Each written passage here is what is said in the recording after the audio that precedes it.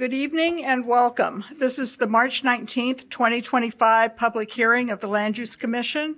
The City Code directs this body to hear applications for map and text amendments, special uses, including plan developments, zoning relief, and appeals from the decisions of the zoning administrator, as well as to make recommendations to the city regarding the city's long-term planning goals and objectives.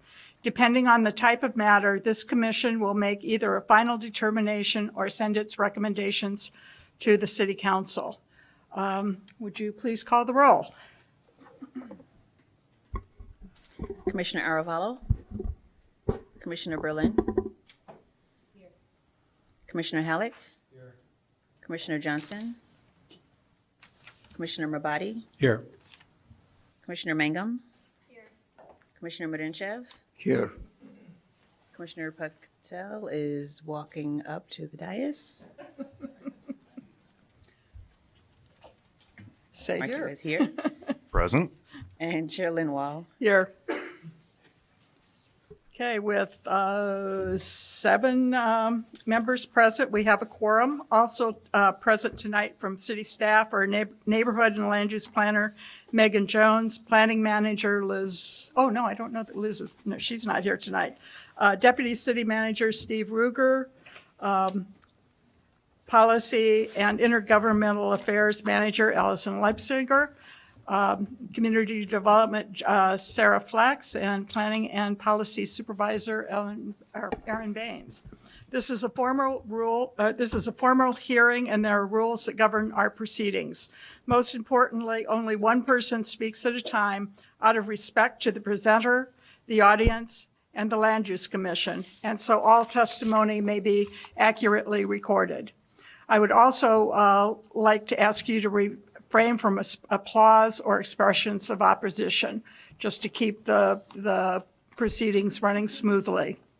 Anyone who wishes to address the commission regarding any matter on tonight's agenda will have an opportunity to do so at the appropriate time. The chair will determine the time allotted to each speaker based on the number of speakers signed up.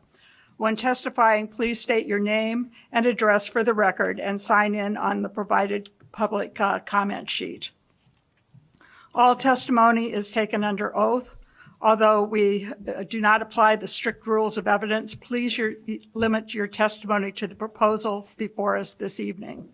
Our meetings are audio and video recorded. Please make sure you are at a microphone when asking questions or making statements so that you can be properly recorded. All proceedings are subject to broadcast at a later date. Our hearings for the proposed comprehensive general plan vary slightly from our regular meeting structure.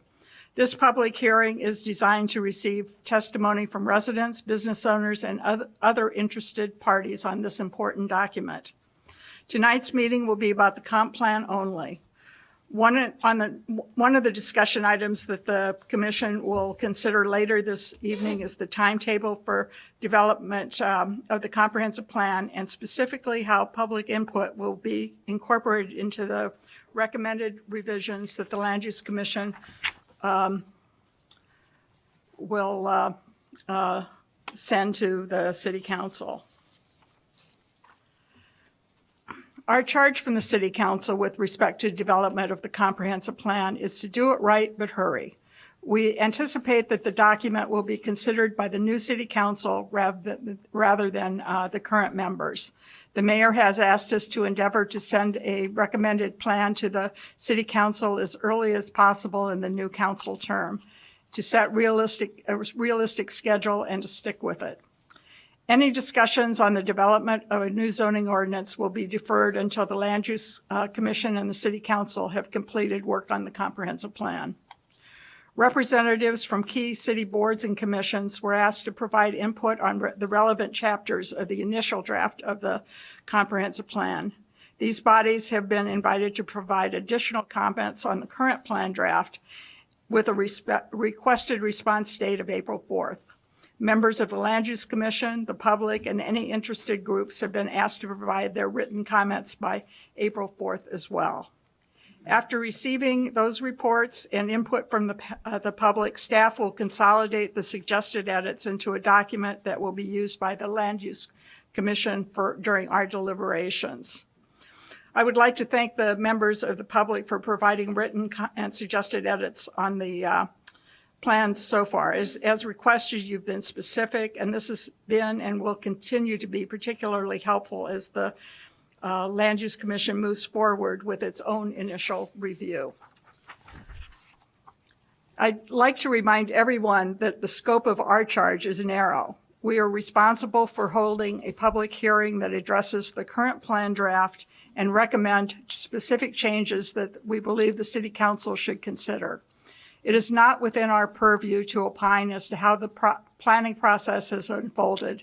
It will be up to the City Council to determine how best to move forward with finalizing the comprehensive plan and what comes next with respect to zoning and other development regulations once the Land Use Commission has completed its work. The organization and format for tonight's meeting, we want to briefly, well, I'll do this now, the time schedule for completion of the comprehensive plan. As I just mentioned, April 4th is the deadline for all written comments and edits. It's due from the public, boards and commissions, and land use commissioners. April 16th it will be a special meeting where the Land Use Commission will begin our deliberations, and a special meeting on May 21st is anticipated to allow the Land Use Commission to complete our deliberations and make final decisions on recommended changes and edits to the current plan draft that will be forwarded to the City Council. So that's the timetable. Next up will be public testimony, and then finally the continued Land Use Commission review and discussion of plan chapters. As we begin this evening's hearing, I would like to clarify the public that our rules permit commissioners to ask clarifying questions from those providing testimony. However, this should not be construed as an invitation to engage in a public dialogue. I would also like to ask that everyone is respectful of the roles that we all play in this process. As I indicated earlier, while public testimony is welcome, written comments will be even more helpful to staff and the commission as staff works to continue to craft a comprehensive plan that we can all be proud of. At our last meeting, the LUC was able to discuss the initial chapters of the draft plan at a high level. We hope to be able to complete our discussion of the remaining chapters this evening. As I mentioned, commissioners have been asked to provide our individual written comments, by April 4th as well. So I hope that to help us continue to do our review, if you can keep your public testimony brief, that would be much appreciated. But please send us any written comments and suggested language that you have to offer. And I think with that, we have, before we get into, I think first, I'd like to, I guess, anybody who's planning on speaking tonight, I will swear you in. Okay, if you plan, please wait to be sworn. Do you swear or affirm to tell the truth about the course, throughout the course of these proceedings? Yes. Okay. Thank you. Okay. Now, we have a couple of business items to take care of before we begin to hear public testimony. The first is approval in the meeting minutes of October 9th, 2024, October 16th, 2024, and November 13th, 2024. Since not all of us were present at these meetings, I think it's best to take them one at a time. So may I have a motion for approval of the October 9th, 2024 minutes? Motion to approve. Second? Second. Okay, any discussion or concerns? Okay, I have one very minor comment on the top of page 5, in this first full paragraph. Custer is misspelled. It starts with a C, not a K. So that's the only addition that I have. So with that change, would you please call the roll? We can, I guess. I think there is, Commissioner Berlin will need to abstain because she was not a commissioner at that time. But other than that, all in favor, say aye. Aye. Aye. Opposed? Okay. Moving right along, may I have a motion on the October 16th minutes? Motion to approve. Second? Second. Okay. All right, any comments or corrections? Okay, all in favor, say aye. Aye. I need to abstain from that vote because I was not present at that meeting. Okay, and finally, the meeting minutes from November 13th, 2024. Motion to approve. Second. Okay, any corrections or changes?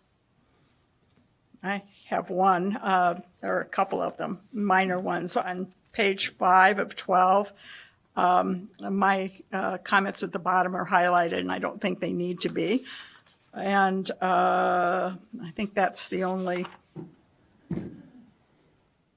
And at the top of page 12, I think we need to add a heading just noting that in the first full paragraph, that was commissioner questions and discussion. With that, that's all I have. All in favor, say aye. Aye. Opposed? Okay, I abstain. all right. And Ms. Berlin abstains as well. Okay, so with that, Chair, I'm sorry, I was absent at the October 9th meeting, so I have to abstain of this approval. okay, thank you. Yeah, I just wanted to say Halleck. say a few things before we get into public comment. Partially because this may be my last meeting, as some of you know, but my comments are a little varied, but mostly about the last meeting. And then this meeting, we discussed, Chair, we discussed this April 4th end of comments. I just want to clarify. We went through 4 chapters last week, and there's 15 chapters, I believe, something like that. Yeah, 15 chapters. To me, it's not likely that we're going to get through all those chapters, especially some of them are pretty meaty. This April 4th deadline, if we don't get through the chapters, then not everybody can make comments by then. So that's an adjustable deadline, I assume. No, we're going to stick to this. Well, even if we don't get to review Well, I the think- chapters? We can discuss this after we hear from the public, because I think that is a question Okay. of how we move forward. So I'd like to hold that for I'm the moment. just asking a question about logistics. And then obviously after we get the third draft from the staff, there will be another, No, we will not be getting a third no draft. more comments? It will go to the city council, and that will be up to the city I have council.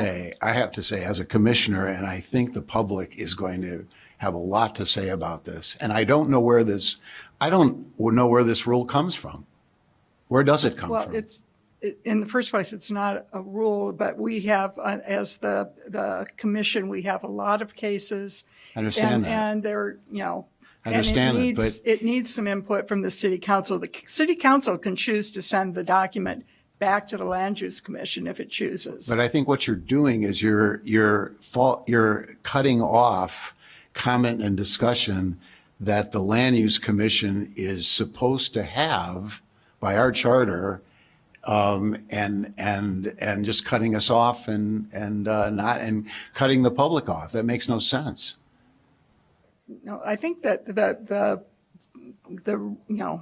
what we need to do is to, our charge is to review this particular draft and make our comments. It will be, What's that? Let's do it after public comment. Okay. All right. We'll discuss this later. I think a lot of people will have a lot to say about this. My other comments are because when we were talking about the first few chapters, especially what we heard and who we are, I really didn't give my comments publicly. And I thought about this and I thought, well, I might not get a chance later as I suggested. So on the what we heard, I wanted to emphasize with the staff that my comments are reflected almost directly with the comments of two citizens, Lee Greenberg and Michelle Klebeck, who their comments were printed or issued on the 3rd of March, or the 12th of March, rather. And then my comments on who we are actually are reflected in the comments by Jeff Smith and a couple of others who have submitted. And I have one comment on the subject of general zoning versus more specific zoning. I would ask that you hold those until we get into our discussion. Even though it happened, I wanted to do it before we got into new chapters. No, well, I think we can take the time All right. at the, Okay. when we begin our discussion. And then let me say, just in closing, since a lot of the public won't probably be here when we do our discussions. Since this might be my last meeting, hopefully not, the mayor is still considering, but I wanted to tell everybody on the commission that it's been great working with you. And even though we've not always agreed on our opinions, but it's been a great diversity of opinion, and I think it's been very helpful. I think it's been very helpful for the city. So thank you. I also wanted to thank the residents who have shown up at these meetings and have written comments, because whether you know it or not, a lot of us take your comments and then present them as our own. But so we really appreciate all the work that you guys put into it, and I know for a lot of you it's a lot of work. So those are the things I wanted to say. So basically, thank you. Okay, thank you. Now, at this point, I'll start calling members of the public up to testify. And please limit your comments to 3 minutes, preferably shorter if you can. Because again, what's most important to us is to have the written comments so that we can include, in that material in the individual recommendations and edits that we're making. So first up on my list is Frank Hill, followed by Mary Rosinski, and then Michelle Klebeck.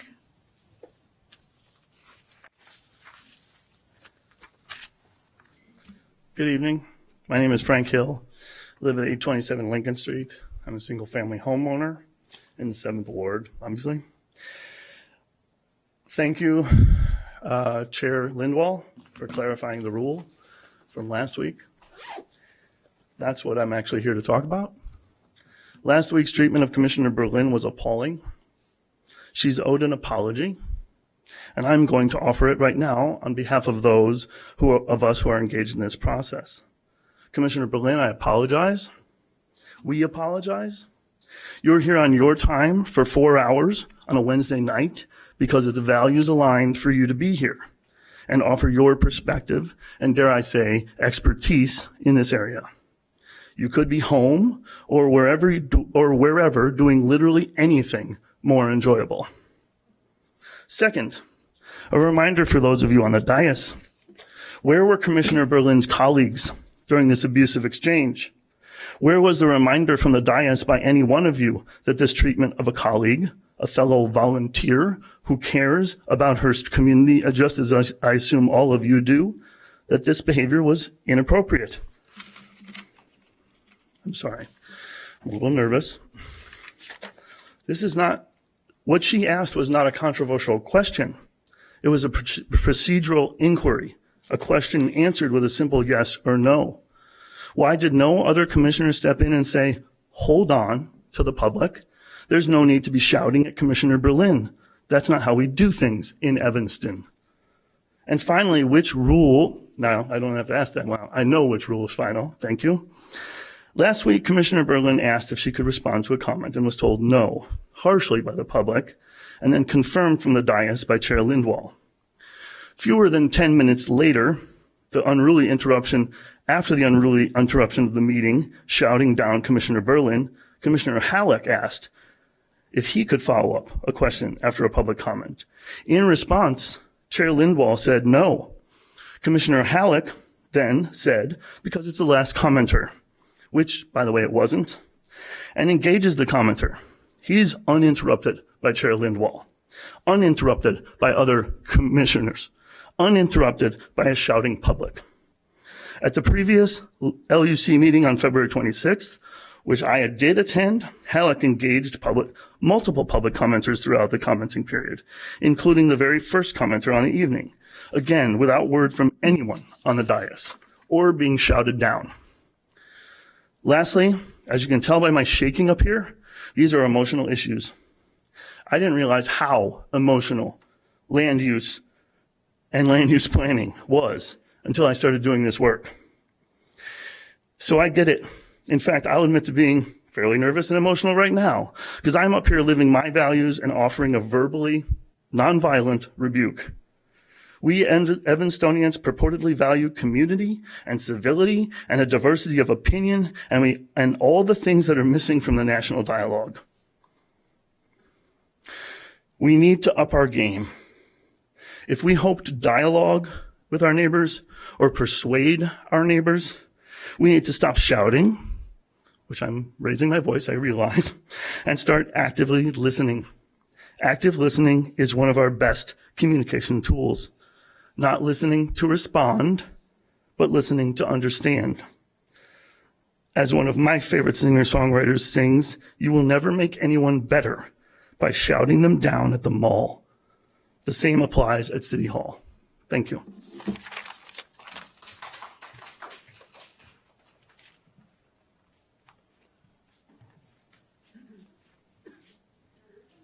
Hi, thank you very much.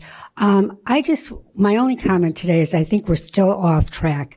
And I appreciate that there has been a rewrite, but I want people to remember the public still has not been told what happened between July 2022 and August 2022 when we were on track to hire Tesca to do our comprehensive plan, an excellent company. And we had the contract all ready to go to council for approval. There was actually a resolution already drawn. And then Joanna Knighton either quit or was fired. And then in September, Sarah Flack said to the Land Use Commission, as you all remember, we've decided to go in a new direction. And we're going to do zoning and comprehensive plan together rather than strategic plan and comprehensive plan together. Mr. Halleck asked, has council been talked to about this? And she said no. And then it was 6 months later when council was informed that there will be a new RFP and not knowing what the process was that happened. And we got to Tesca again. They were one of the respondents. They had the highest score by 8 or 9 points going into the final thing, HDR and 2 other companies. And then after the interview, the HDR, who hasn't done many comprehensive plans at all, comes out ahead. And I think the public deserves to know what was said in that interview. And I think that, was it because HDR was hiring ZoneCo as their subcontractor? I think we deserve an answer. I think people need to know that Connections for the Homeless hired ZoneCo in 2020 before we even did this and did an equity analysis. And then in 2022, produced that equity analysis for the city. And then that seems to have become, and I have nothing wrong with an equity analysis, but what I am asking about is transparency. What happened that those documents became the basis of this plan and zoning, proposed zoning, which is on the table right now, without the public even being aware that they were there until 2024, when Daniel Biss and Connections held their thing as zoning, why we can't have nice things because of bad zoning or something. And I don't think you guys are on that document. I don't think city council is aware of it. And I think there's a lot of unanswered questions. So I think we should start over again and do it transparently and get a company in here who knows how to do a comprehensive plan. I'm sorry everyone's gone through this. It's been taxing on you. It's been taxing on us. Thank you. Okay, thank you. Michelle Kleibeck? Hello, my name is Michelle Klebeck. I'm a first ward resident, 2207 Orrington. After months of divisive debate over a half-baked draft that entered the community this past year, I finally had an opportunity to review the previous version of Evanston's comprehensive plan issued May 8, 2000. I was completely delighted to read it, as I could truly see our city in that document. A few areas in the plan really stuck out to me, and I would love to see these parts incorporated into our new plan where appropriate. In part 1, neighborhoods, it reads, Evanston's neighborhoods vary in character. Some are suburban in style, single-family homes on quiet tree-lined streets, with or without nearby shopping districts. Others are more urban, low to mid-rise multifamily housing, high population density, busier streets, and mixed-use buildings with commercial and residential activities under one roof. This diversity offers dynamic alternatives that many claim to be a part of Evanston's charm. Another paragraph says, a balance is needed between preserving the character inherited from the past with meeting demands of the present and the future. When opportunities for positive new development or redevelopment emerge, the city should, 1, encourage creative ideas and adaptive reuses, placing new uses in existing structures, and 2, guide the change to enhance the quality of neighborhoods. In housing, it states, Evanston is fortunate to have many large properties that contribute to the distinctive architecture of the community and provide borrowed green space by virtue of large front yards and side yards. The preservation of these properties is an important policy for the future. When questions arise over an individual's property future as a single-family residence and a conversion to multiple units should be guided to preserve the existing structure and landscaping. In general, the zoning and preservation ordinances should be used together to protect those properties that particularly contribute to the historic character of neighborhoods. Reading this document made me wonder why we made such a drastic pivot in our new plan. Yes, we should continue to evolve, but we do not need to reinvent our city. Yes, we should strive to accommodate new housing as appropriate, but that should not cause us to need to part ways with our past. One section of our new plan that should be rewritten is increase the housing supply on page 93. This contains references to national statistics about housing supply. There is no way a small city like Evanston can tackle a national housing shortage on our own. We're landlocked and fully built out. We need a much more responsible, sustainable approach. And I would consider replacing that section about increasing the housing supply with one from the 2000 document. In new housing development, it reads, increased residential density should be supported along major use corridors such as Chicago Avenue or Central, where it can be oriented towards mass transit service. As such redevelopment occurs, sensitivity to the surrounding neighborhoods will be essential to prevent overcongestion and incompatible design. Ultimately, as proposals for new housing emerge, the city should encourage developments that will meet changing markets while protecting the high quality and design standards that are characteristic of housing built in the past. Ultimately, I think our last comprehensive plan really nailed it, and we should consider carrying these paragraphs into the new plan where appropriate. Thank you. Thank you. I was a little late getting the comments in again, so I'm going to pass these out if that's okay. That's fine. And you will make sure that we get it in our packet as well, right? That's great. All right, next up I have John Williamson, Alf McConnell, and Dominic Voss. So,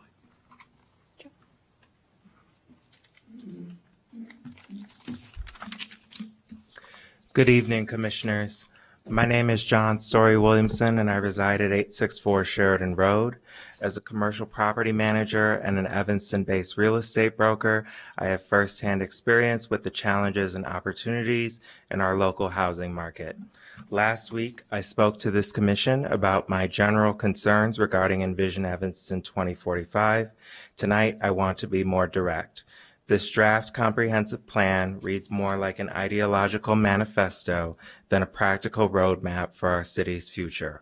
While its objectives may sound aspirational, they are also impractical and risk leading Evanston toward unintended consequences, more unsustainable development, greater financial strain on an already overextended city budget, and policies that ignore the realities of both our local and national housing market.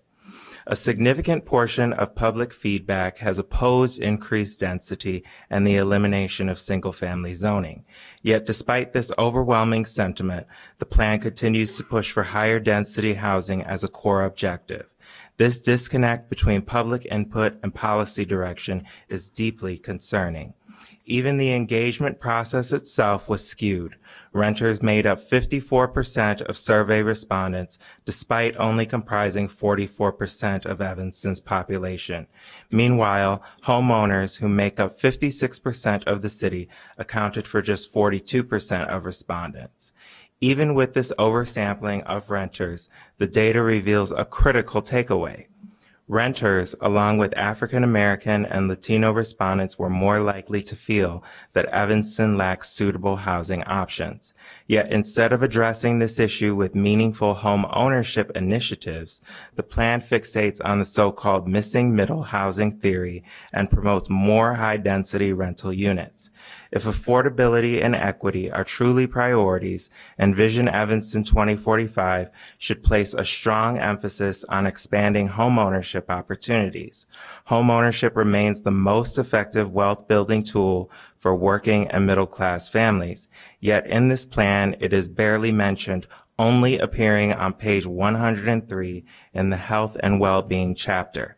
That is unacceptable. In my experience working with buyers and renters, the most frustrated clients are those seeking an attached or detached single-family home within the FHA loan limit of $524,000.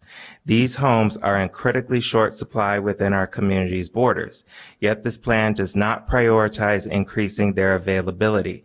Instead, it leans heavily toward policies that favor high-density rental developments, which do little to foster long-term affordability, community investment, or stability. Property owners should not be treated as obstacles to progress. Envision Evanston 2045 must be revised to reflect a balanced approach, one that prioritizes sustainable home ownership, preserves community character, and aligns with the voices of Evanston residents. The city's future depends on a plan that is practical, inclusive, and truly representative of the people who call Evanston home. Thank you. Can I ask you not to clap? Thank you. Next up, I have Alf McConnell.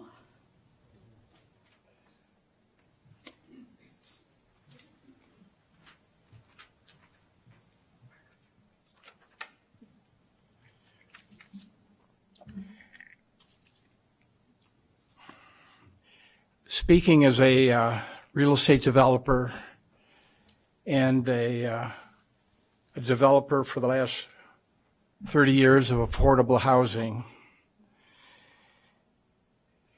I'd like to make the point that Mayor Biss's support of upzoning of R1 and R2 zoning is either based on misinformation or possibly he's being disingenuous in that I believe he knows that upzoning of R1, R2 zoning will not increase affordable housing.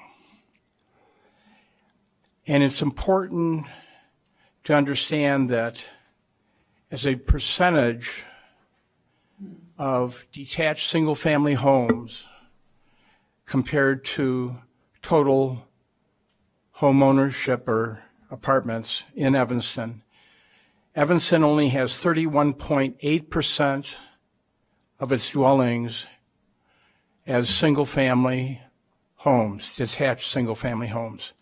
And that's about half of what exists in the United States, which is 63.6%. And in Wilmette, 75.2%. And I think it's important to understand that though we're glad to provide affordable housing for our seniors and for those people that work in Evanston that cannot afford market rate housing, Evanston cannot be expected to supply the affordable housing for the communities around Evanston. And there is a cost associated to a cost of affordable housing to the municipality, to Evanston. And we cannot expect to underwrite affordable housing for those municipalities surrounding Evanston.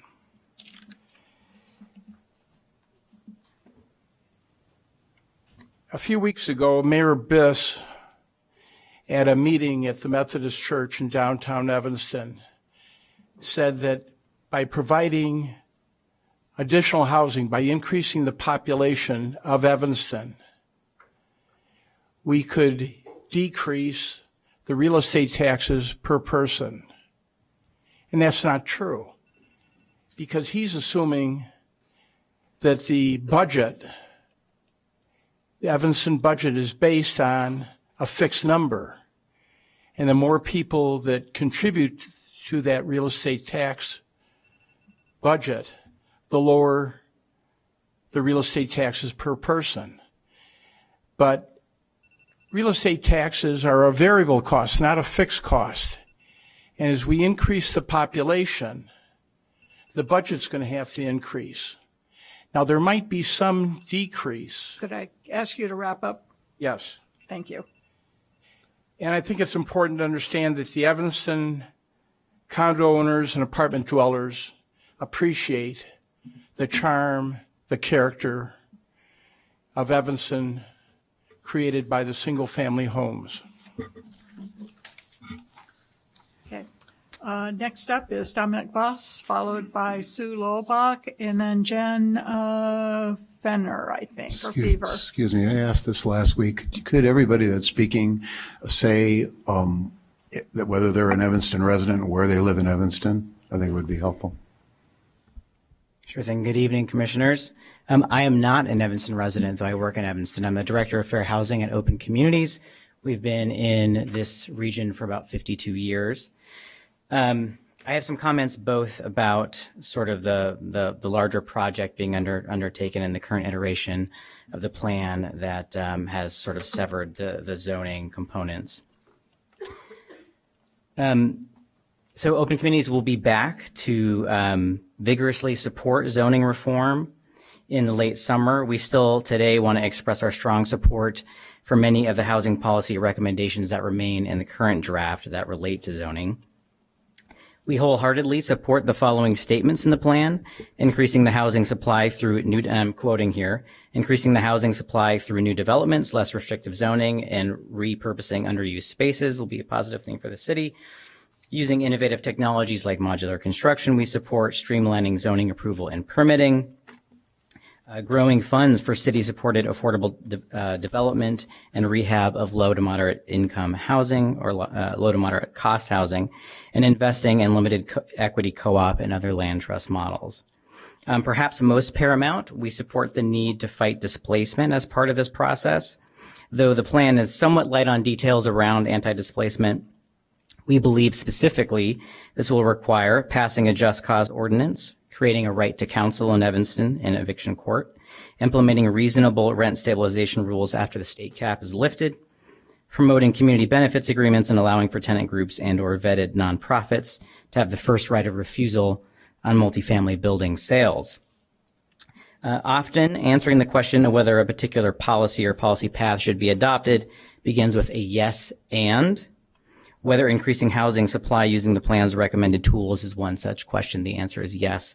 And we will need zoning reform to achieve housing abundance in Evanston. Academic studies bear out the expected effects of supply and demand, which is to say the data shows that even new market rate development has the effect of decreasing nearby rents. There's a large study by UCLA that shows that, or at minimum slowing rent growth. There's a large Pew study that shows that. UCLA planner and author M. Nolan Gray points out through the process of filtering, even what is so-called luxury development eventually leads to relieved pressure on local prices. In every single housing market in North America, a typical condo will cost a quarter to a half as much as a single-family home. Single-family homes, it turns out, are the real luxury housing. But we shouldn't expect that we can increase density and call it a day. We have to employ all sorts of other tools, as I mentioned, to increase affordability, especially for our most marginalized families. Thank you, everybody. Okay. Thank you. Next up. Good evening, everybody. I'm Sue Lulbach. I'm the Director of Advocacy at Connections for the Homeless. I do not live in Evanston, but I do work here and have for the last 15 years.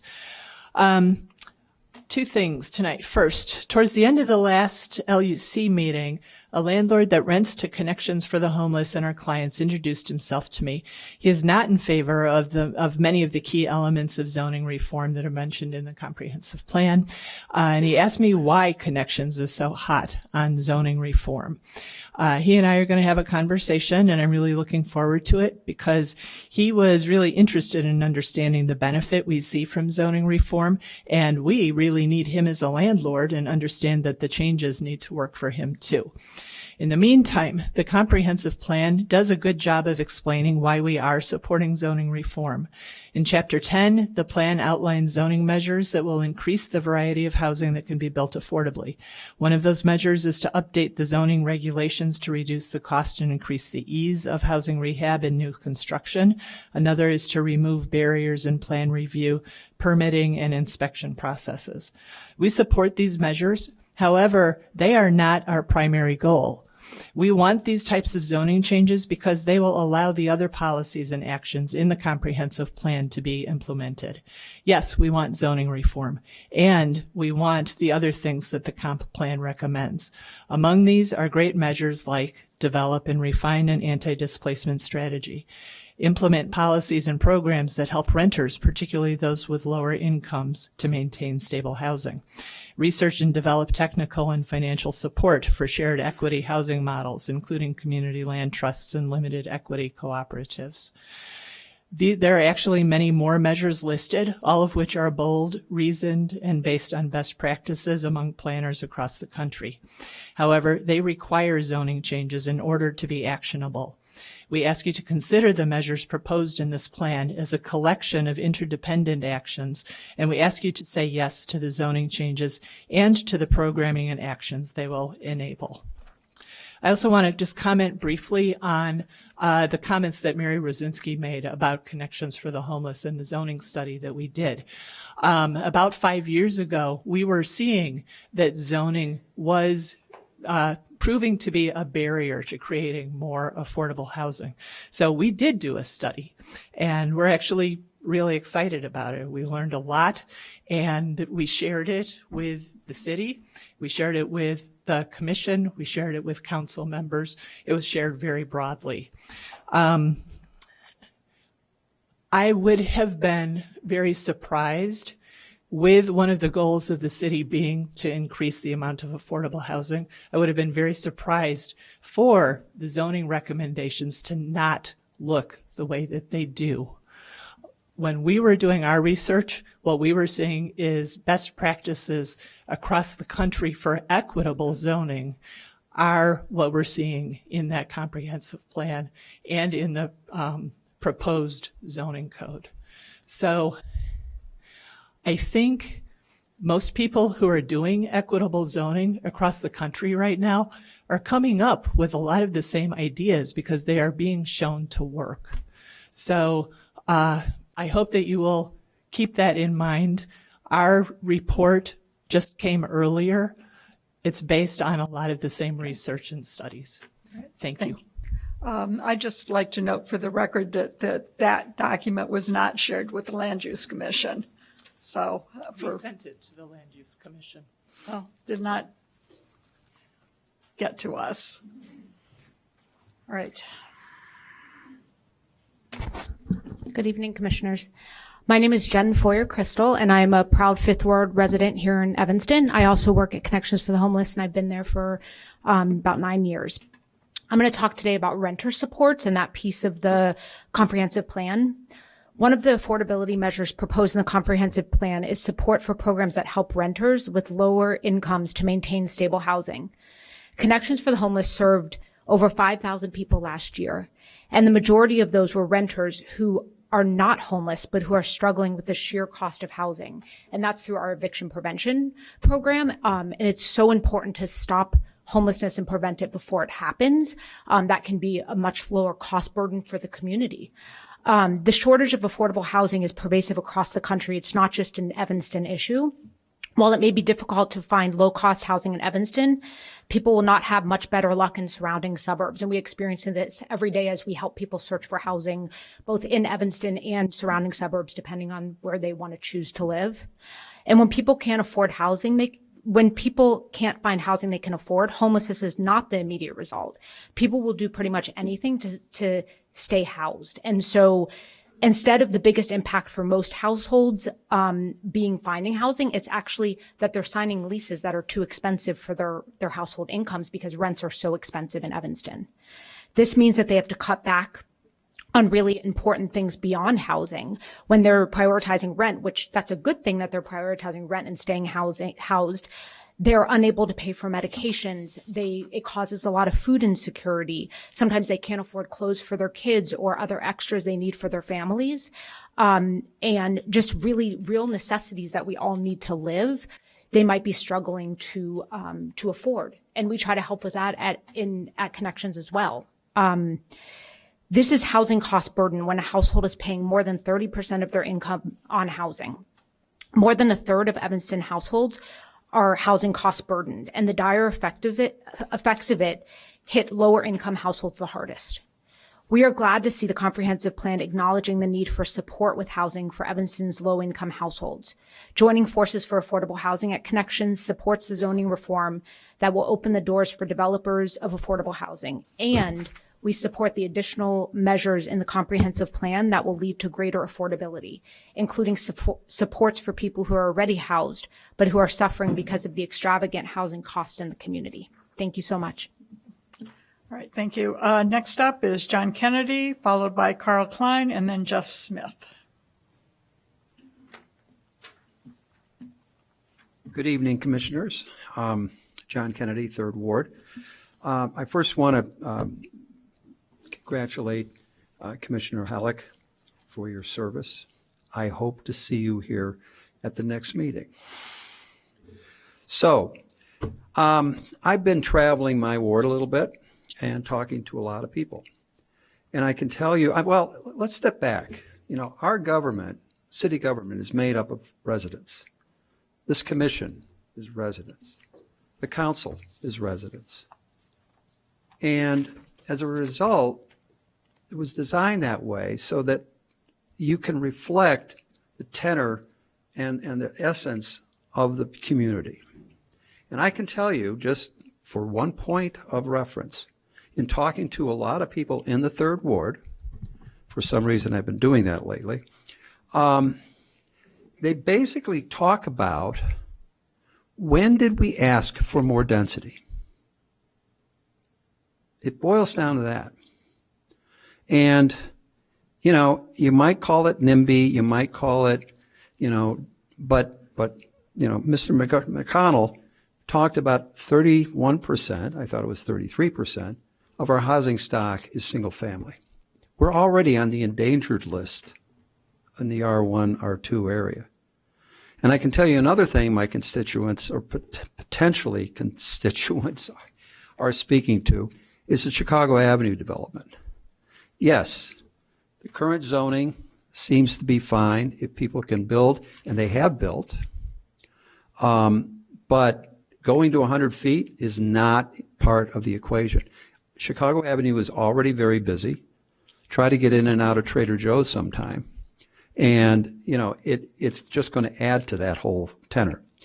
The second point I wanted to bring out, beside, the issue on density, is the plan speaks extensively to good design, in developments, making sure they fit into the character of the community. For example, page 17, it's part of the vision statement. Enhancing the aesthetics of the built environment through thoughtful urban design. Key challenges, page 20, to foster a sense of place and presence, the unique identity of Evanston's neighborhoods, both new and development and redevelopment, should commit to quality design. Downtown development is even talking about thoughtful zoning guidelines. The plan calls for a design committee, all of one sentence. Yet, Jack Weiss and Design Evanston and Alderperson or Councilmember Kelly urged a design commission and presented that, and the planning committee basically said, no, we're going to include that in the comprehensive plan. But I think that section deserves a lot more attention than one line, and it deserves to be a commission similar to you, independent residents who know what they're doing, architects, designers, urban planners, to make recommendations and review designs. Otherwise, we're going to have a city that is not connected, doesn't have that, loses its character very quickly, and then disappears as to what we feel is important today. Thank you. Okay, thank you. Next up is Carl Klein, followed by Jeff Smith, and then Liz Bryant. All right. Good evening. As chair of the Preservation Commission, I believe you all received a letter from the Preservation Commission. So I'm just here to encourage you to take that into consideration tonight when you're discussing the preservation chapter. As you know, the boards and commissions are trying to keep up with this process, and we had a tight turnaround and we submitted this letter. We do intend to do inline edits and submit that to you by the April 4th deadline, but we wanted to get this letter to you so that you could have an informed discussion. So I hope you take that letter into consideration. Thank you. Thank you. Next up, Jeff Smith. Thank you, members of the commission. I sent my CV in last week, not because I'm looking for a job with you, but because to underscore the point that residents have a lot of expertise, not just me, architects, developers, people who've been working in real estate all their lives and just living in the community. There's 19 houses on my block. How many of them have been redeveloped, have put additions on over the last 20 years? Any of you know? Does any staff know? How many of them get newspaper subscriptions in the morning? I know, So there's a lot of expertise. And it hasn't been sufficiently consulted, let alone collaborated with. Instead, we've had an unprecedented process that, because the outcome has largely been engineered before we started, reduces people and their opinions to cartoons, and it kind of went out of its way to marginalize homeowners who are a backbone of this community and typically the most vocal participants in civic planning, disproportionately so, but that's been well known for a century because they have the most exposure of any individual stakeholder to the consequences of changes when you've bought into it. The second point I want to make is that we shouldn't close the hearing. The plan's only been out 4 weeks. Bandwidth of this community has been absorbed by a national near-constitutional crisis, a looming possible recession, and our own local elections. It took our hardworking full-time staff 4 to 5 months just to get some of the minutes from this commission's meetings in the fall together. So how are residents expected to go through 180 pages of document with 100 pages of text? It's taken me at least 30, 40 hours just to get through 8 chapters that I've sent to you, which unfortunately 5 of them only got to you today, I guess I understand. So we're nowhere near ready. And even if we were, the job of this commission and the public is not just to be suggesting edits. If you look at the enabling statute, both in our city and in the state, this commission is supposed to be the lead agency. Staff is supposed to be supporting the lead agency that's supposed to be working with the public.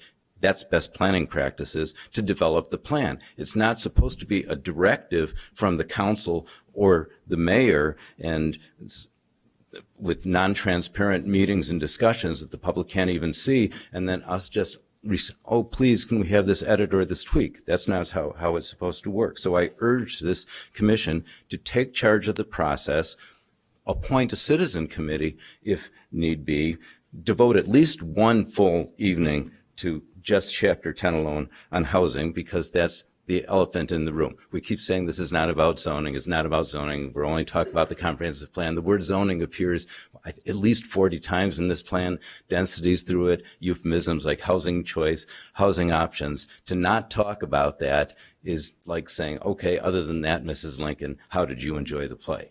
So, to use a well-known, so it's inconceivable to me that any draft would go to the council.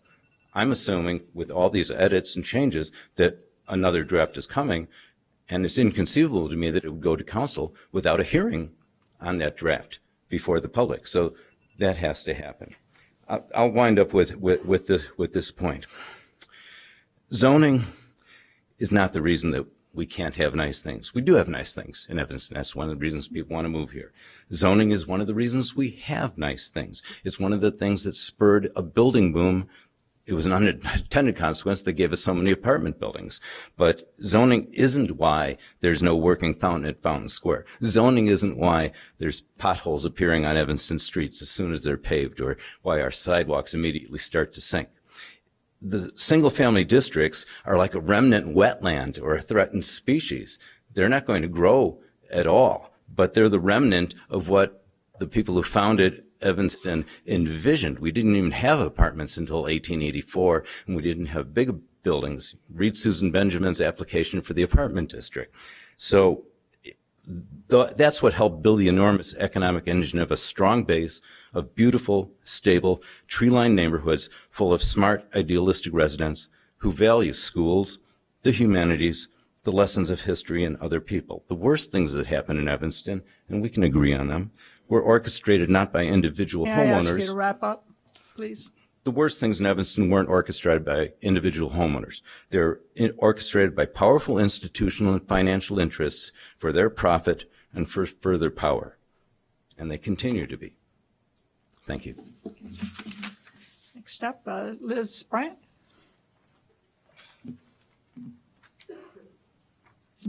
Hello, I'm Liz Bryant. I live in the First Ward, and I'm going to be talking a little bit about affordable housing and land trusts. I also want to say that I am not house burdened, but I am an advocate, and I fully do hear a lot of people that are house burdened. And it's going to always be a continuing conversation, probably. Okay, so people have asked why those who support zoning reform aren't advocating for other ways to create affordable housing. The answer is that we will be, but that zoning has to come first. Some folks have asked specifically about land trusts, and we are all for them and are glad to see that the comprehensive plan includes the following goals in its policies and actions. Quote, research and develop technical and financial support for shared equity housing models, including community land trusts and limited equity cooperatives, unquote. Land trusts can be very effective ways of creating housing that is affordable by taking the cost of land out of the equation for building owners. This can reduce the costs both of owner-occupied and rental buildings to really affordable levels. The zoning reform measures that are part of Envision Evanston 2045 will make it more feasible for land trusts to operate. A land trust needs to start out by acquiring land that is suitable for the type of housing they want to create. Zoning reform will free up land that either currently isn't available or that currently has such restrictive zoning that it's not practical for a developer to invest in. Zoning reform will also streamline processes for developers that currently make it much more expensive to develop housing. This will benefit and encourage land trusts to invest in Evanston as well. If your reviews and revisions of the comprehensive plan, I hope that you will support the affordability measures proposed, along with the zoning-related recommendations that will make those measures possible. Thank you. Thank you. Next up, I have Steve Test, followed by Gail Kemp, and then Susan Hammer. And Steve, just let us know which ward or your address. I don't have that on my sheet. 1135 Hinman Avenue, 3rd Ward. At the March 12 meeting, Commissioner Halleck suggested that rather than doing a blanket rezoning of all the residential parcels in the city should look in a granular manner at parcels near centers and corridors that might be candidates for rezoning and put them in the comprehensive plan.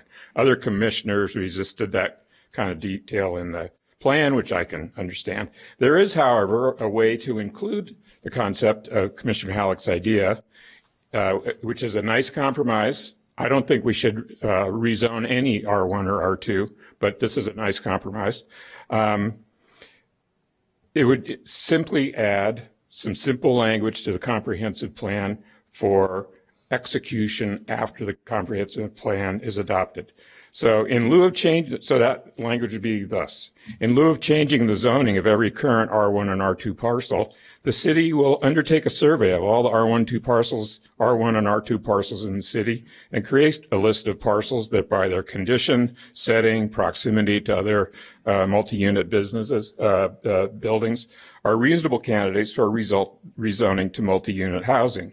The list of such parcels will be published for community comment. The list of parcels will be subject to approval by the Land Use Commission, so they would come back here. The survey of parcels, creation of the lists, and consideration by the public and Land Use Commission could be done by ward or precinct with help from citizens if needed. It might take a while, but this is a 20-year plan, and a few months or even a year at the front end is not unreasonable. There are, by various calculations, there are about 10,000 R1, R2 parcels in the city. If even 1 or 2% of them are determined by their location, proximity, maybe a homeowner volunteers one, that could be hundreds of parcels that could be rezoned to multi-unit housing from R1, R2. Once the list of parcels is approved, everyone in the city will know what the potential changes coming in the future might be. No homeowners will be living with the threat of finding their property surrounded by 4 flats, the damage, the look, feel, and value of their home and neighborhood. Developers will know where to go to find parcels to develop. Additional housing units will inevitably follow. Compared to the alternative, it will be a win-win for everybody. Also, I concur that the thought that this draft is going to be rewritten, revised, and not come up in front of you for us to comment on is inconceivable to me. I mean, what are you thinking? Tell the city council, hold your horses. We'll get it to you when it's ready. Thank you. Steve, can I ask Steve a question? What? About his, I just had a question on your idea. You said that there'd be a survey, and then if there was a site that I don't know, looked to be developable, then it would go to the residents. You know, on most issues in Evanston, we have people on one side and people on the other side. So how would that resolve anything? Well, it would be open for public comment. Mm-hmm. That means that the public could look at it, and you might, who knows? I mean, until there's a list of parcels, you won't know. There might be 100 parcels that everybody says, yeah, it's next to a gas station, or it's a single family home, it's on a corner. I mean, the list of possibilities is endless for parcels that might be conducive to multi-unit housing. But I think it's a reasonable compromise to take because I think it does look in a granular level at the city and find the places that make sense rather than blowing up all the residential neighborhoods. Does that answer your question? Yeah. Thank you. Okay, up next is Gail Kemp, followed by Susan Hammer, and then Corey King. Good evening. My name is Gail Kemp. I'm a Third Ward resident. I live on Judson. I want to speak tonight about the comprehensive plans development for displacement strategies and actions that are referred to in Chapter 10 of the housing section. It appears to me from the meetings that I've been to here and the comments that I've heard and watched on other meetings where I haven't attended, that the concern for the 31 or 34% of single-family homes are the ones who should be concerned about displacement. I think it's very clear that nobody's going to come in and take away single-family home ownership. However, displacement of lower-income households and people of color is something that is or may become a problem. It has been a problem in the past. I've been working on this issue and involved in this issue since the early 80s on the south side of Chicago and in other places where I have lived. We need to take into account the increasing prices of housing here and the fact that people who rent, which is quite significant in Evanston, have a problem with the increased cost of rent and the likelihood of displacement if there is development that goes on and on without some sort of rules in place. Anti-displacement strategies have real potential to help long-term residents who are struggling with high property taxes, increasing rents, and other economic pressures. Any measures that the city takes to increase overall housing affordability will help with the displacement that takes place slowly over time and that has been taking place. If housing prices don't rise as fast as they have been and more affordable options become available, displacement will also gradually decrease. However, increasing affordability takes time, and because this isn't directly addressed in the comprehensive plan, as I understand, it's an overall plan that does not include particulars. But I think it's important that we talk about anti-displacement measures in particular, and that certain things can be included in either the report that comes from this commission or in the plan itself. So we're looking at things like not just hope that we don't send people out of their apartments or their homes. We want to look at what are the immediate needs of that person? Is there financial assistance that for repairs or maintenance for homeowners of low income that might be available? Is there rental assistance for people who might be struggling? Is there some sort of funding program that can be made? And finally, what is the measurement for success if any and all of these things are included in the final plan? We hope that the strategic housing plan will address these issues and set a goal to do so. This is an important piece that we need to ensure. Increased affordability and zoning reform brings with it balanced protections for those who need it, especially while we are waiting for affordable housing to become available. Can I ask you to wrap up? Sure. So in Chapter 10, or in Chapter 3, the basic plan or the comprehensive plan says, while the Fair Housing Act of 1968 banned explicit redlining, its impact continues to be felt throughout long-standing inequality in housing access, zoning policies, and economic opportunity. 1968 is not that long ago. I was alive. And I don't want to go back to 1968. I don't want to go back to the year 2000. I think we should be looking forward to the year 2025, and I highly support the zoning reform package. Thank you. Next up is Susan Hammer, followed by Corey King, and then Hugo Rodriguez. Hello, Commissioners. I've lived in Evanston for 21 years, 13 of them as an owner, and now as a renter at in the 8th Ward on Hull Terrace. I've been very concerned about the increasing price of housing in Evanston and am glad to see the city is addressing it through Envision Evanston 2045. Excuse me. When I first came to Evanston, we were able to afford housing. Part of what I'm concerned about now is the city's ability to preserve any affordability that still remains. I don't necessarily need the very affordable housing in Evanston, but I work at Connections for the Homeless, and our clients very much do need that housing, and it's disappearing rapidly. One of the goals of the comprehensive plan is to protect naturally occurring affordable housing. I wholeheartedly support that goal, and I think we need programs and plans to achieve it. The city also has a goal to maintain safe and decent housing.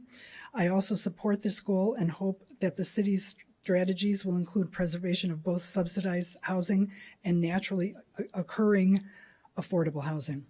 I also support the zoning direction proposed in the comprehensive plan that will allow increased density, and I support the measures that will provide incentives to developers and preservers of affordable housing.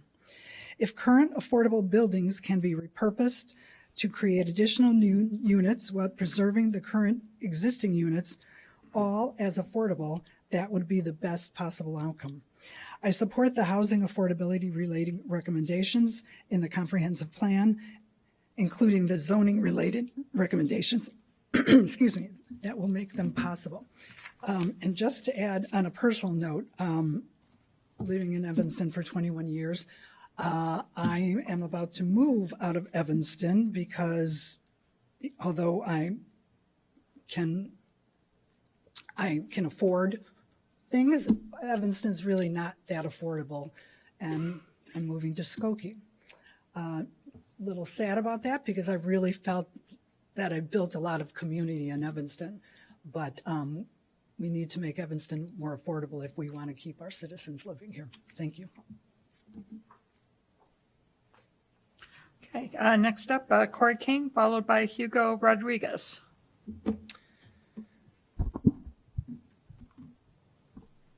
Good evening, all. Corey King. I live in a beautiful Myron Hunt home in the 2nd Ward. And I'm here to talk a little bit about density. I know that there's been a lot of conversation among this commission about density, whether we need more of it, whether it will help us achieve our goals. But it is undeniable that Evanston needs more affordable housing, and density is a key tool to create more affordability. Not because more units overall will drive price down. Rather, it's because of the economies of scale and the efficiencies that can be realized by building denser buildings. Higher density housing, like apartment buildings, multifamily units, allow developers to spread construction costs over multiple units. This can result in lower costs per unit compared to low density housing like single family homes. By building up rather than out, increased density makes better use of limited land, reducing cost pressures created by land scarcity and extremely high land prices in Evanston. And higher density allows more efficient use of infrastructure. One plumbing, one electrical, one HVAC system for 50 units in one building costs far less than the same systems, one in each of 50 different buildings. All of these economies and efficiencies are important for developers of missing middle housing, but they are even more important for developers who are using government subsidies to build affordable housing for much lower income people. The government awards funding to developers that are efficient, that make use of economies of scale and use density as a way to achieve that. Without increased density, Evanston will never be able to achieve its affordable housing goals. And it will continue to change in ways that are already diminishing its diversity and character. I support the measures in the comprehensive plan that support increased density, and I really hope that you will emphasize this in the revisions you send to the City Council. Thank you. Mr. King, I have a question. Your theory about higher density, bigger buildings, lower cost. So I think I know the answer to that. Has that been evident in the 10 years of building higher density buildings downtown? Have those costs been lower? I didn't think so. Yeah. So I don't. I think if you look at the overall statistics nationally about how efficiencies of scale and government subsidies on affordable housing, yes, they have. Yeah, and I understand the national scale, but we are Evanston, and I think Evanston has peculiar characteristics that we are a confined community. There's a whole lot of things that make us particular. So that's why I think what's important is to look at Evanston's experience. And I just don't remember that all these high rises have resulted in more affordable housing. Commissioner Halleck, I would certainly I'd like look to at things ask that the that city we not council could do get regarding into the a inclusionary dialogue. housing I'm asking. ordinance I and thought other questions elements were that okay. would. I appreciate your concern, and I would say it would be wonderful if the commission and the city council would look at things like the inclusionary housing ordinance and beef that up so that it is more productive and a better environment for affordable housing developers to work in this particular community. I agree with you on the constraints of the community, but I think there are lots of things that we can do that would improve the building that we've done in the past. Okay, thank you. Next up, Hugo Rodriguez, followed by Patrick O'Connor, and then Terry Edlin. Good evening, everyone. My name is Hugo Rodriguez. I'm a resident of the 8th Ward. I live at 1112 Holt Terrace. I've been an Evanston resident for a little bit over 20 years. I'm a real estate broker for 37 years. I also had the honor to serve on a city committee at the Housing and Community Development, where I got the privilege to work with Lauren Berlin, your new commissioner, and I know that you are in for a treat with her. She is fantastic. She's a great thinker, and I think it's a great addition. With that said, I will say also that I really hope that Mr. Halleck is allowed to stay in the commission. I think that his contributions to the commission have been magnificent. I have a couple of things to say, but first I will say something that I was not allowed to say during the city council meeting last Monday because the time given to all of us to speak was horribly limited. The comment I had for them, I think that it has to do with this commission as well.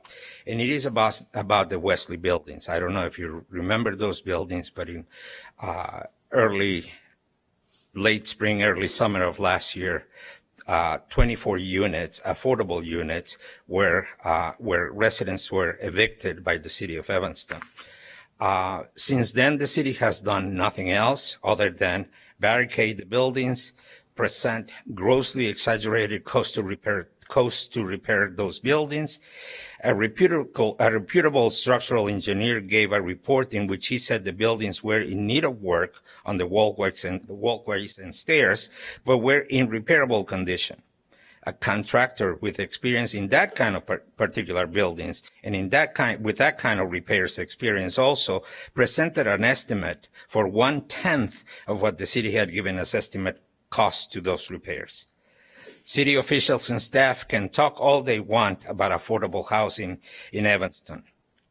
You read Envision Evanston, and I didn't count it, and I should have counted how many times affordable housing is mentioned. But it's mentioned innumerable times. While they continue to let those buildings rot, they can talk about affordable housing all they want. But they're walking away, or they walked away from 24 truly affordable units. The reason I think this is of the competence of this commission is because those 3 buildings are surrounded by one of the few areas of significant amount of vacant land in our city. And you should watch what use would they propose to that land. I think that there is something here that I can't point it because I don't know it, but it's something to be continuously watching, and I'll be watching, and I'll be probably coming back here to you to let you know of what's going on with that. In terms of Envision 2045, people have asked me what I think about it. I happen to go to school and had training as a civil engineer, so I know a little bit about how things work. And I've been saying, I'm just waiting to get to the chapter where they talk about infrastructure. There is no chapter about infrastructure. I think that we want growth, and there is no infrastructure connected with that. If we bring 1,000 more residents to the city of Evanston, which is not what we're talking about thousands perhaps, there'll be a lot more showers being taken, a lot more toilets being flushed, a lot more cars on the roads, and a lot more traffic lights needed, a lot more policemen needed, a lot more firefighters needed. So we need to talk about infrastructure. It's like we're being asked to jump in a bandwagon, but we don't know what's out there. We don't know it yet. When we get there, we'll see. There's a lot of perils on the way to Envision 2045, the way it's presented. And I think that many things are incredible. And I think that if we get all those things done, it'll be a utopic city to live in. It'd be fantastic. But I think that we need to make the proper considerations to everything. I think that more conversation needs to be done. I also agree with the gentleman that says that it's incredible to think that you guys are just going to pass it on to the city. They'll do the last reviews and no more conversation is being had, not by you, not by the public. I think that the city deserves better. You guys have all been selected by city officials, unfortunately not elected, but you represent the city. So I encourage you to really give it your best thought. This is critical. I'll probably come back once more with more thoughts about Envision 2045. Thank you. Okay, thank you. And I would encourage you to put those thoughts in writing for us. It'll help. Next up is Patrick O'Connor, followed by Terry Edlin, and then Paul Breslin.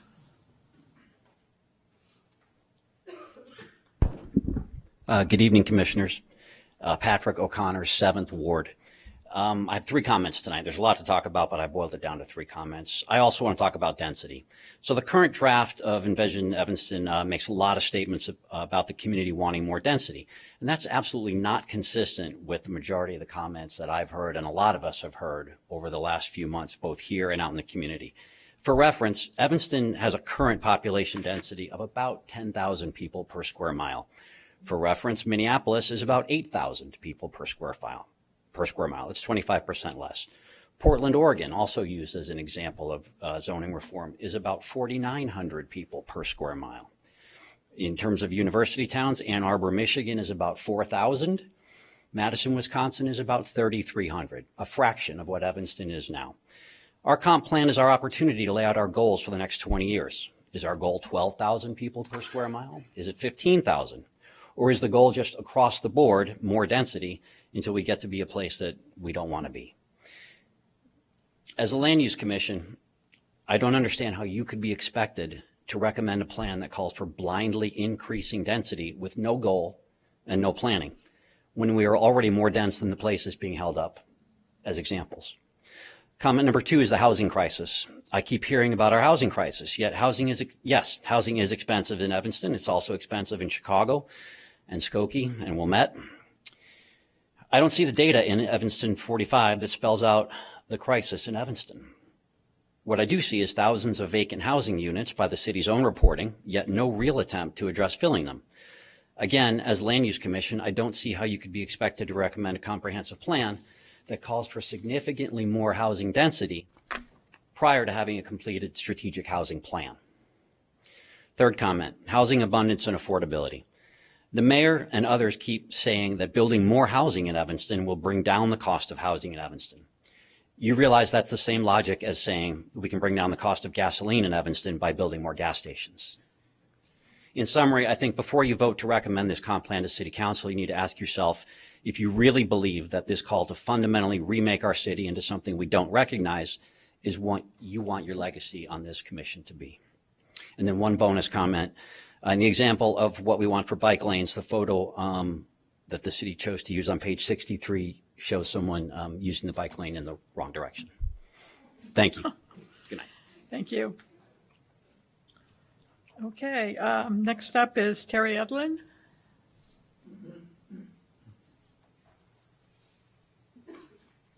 Good evening, everyone. Thank you for the opportunity to speak. My name is Terry Edlin.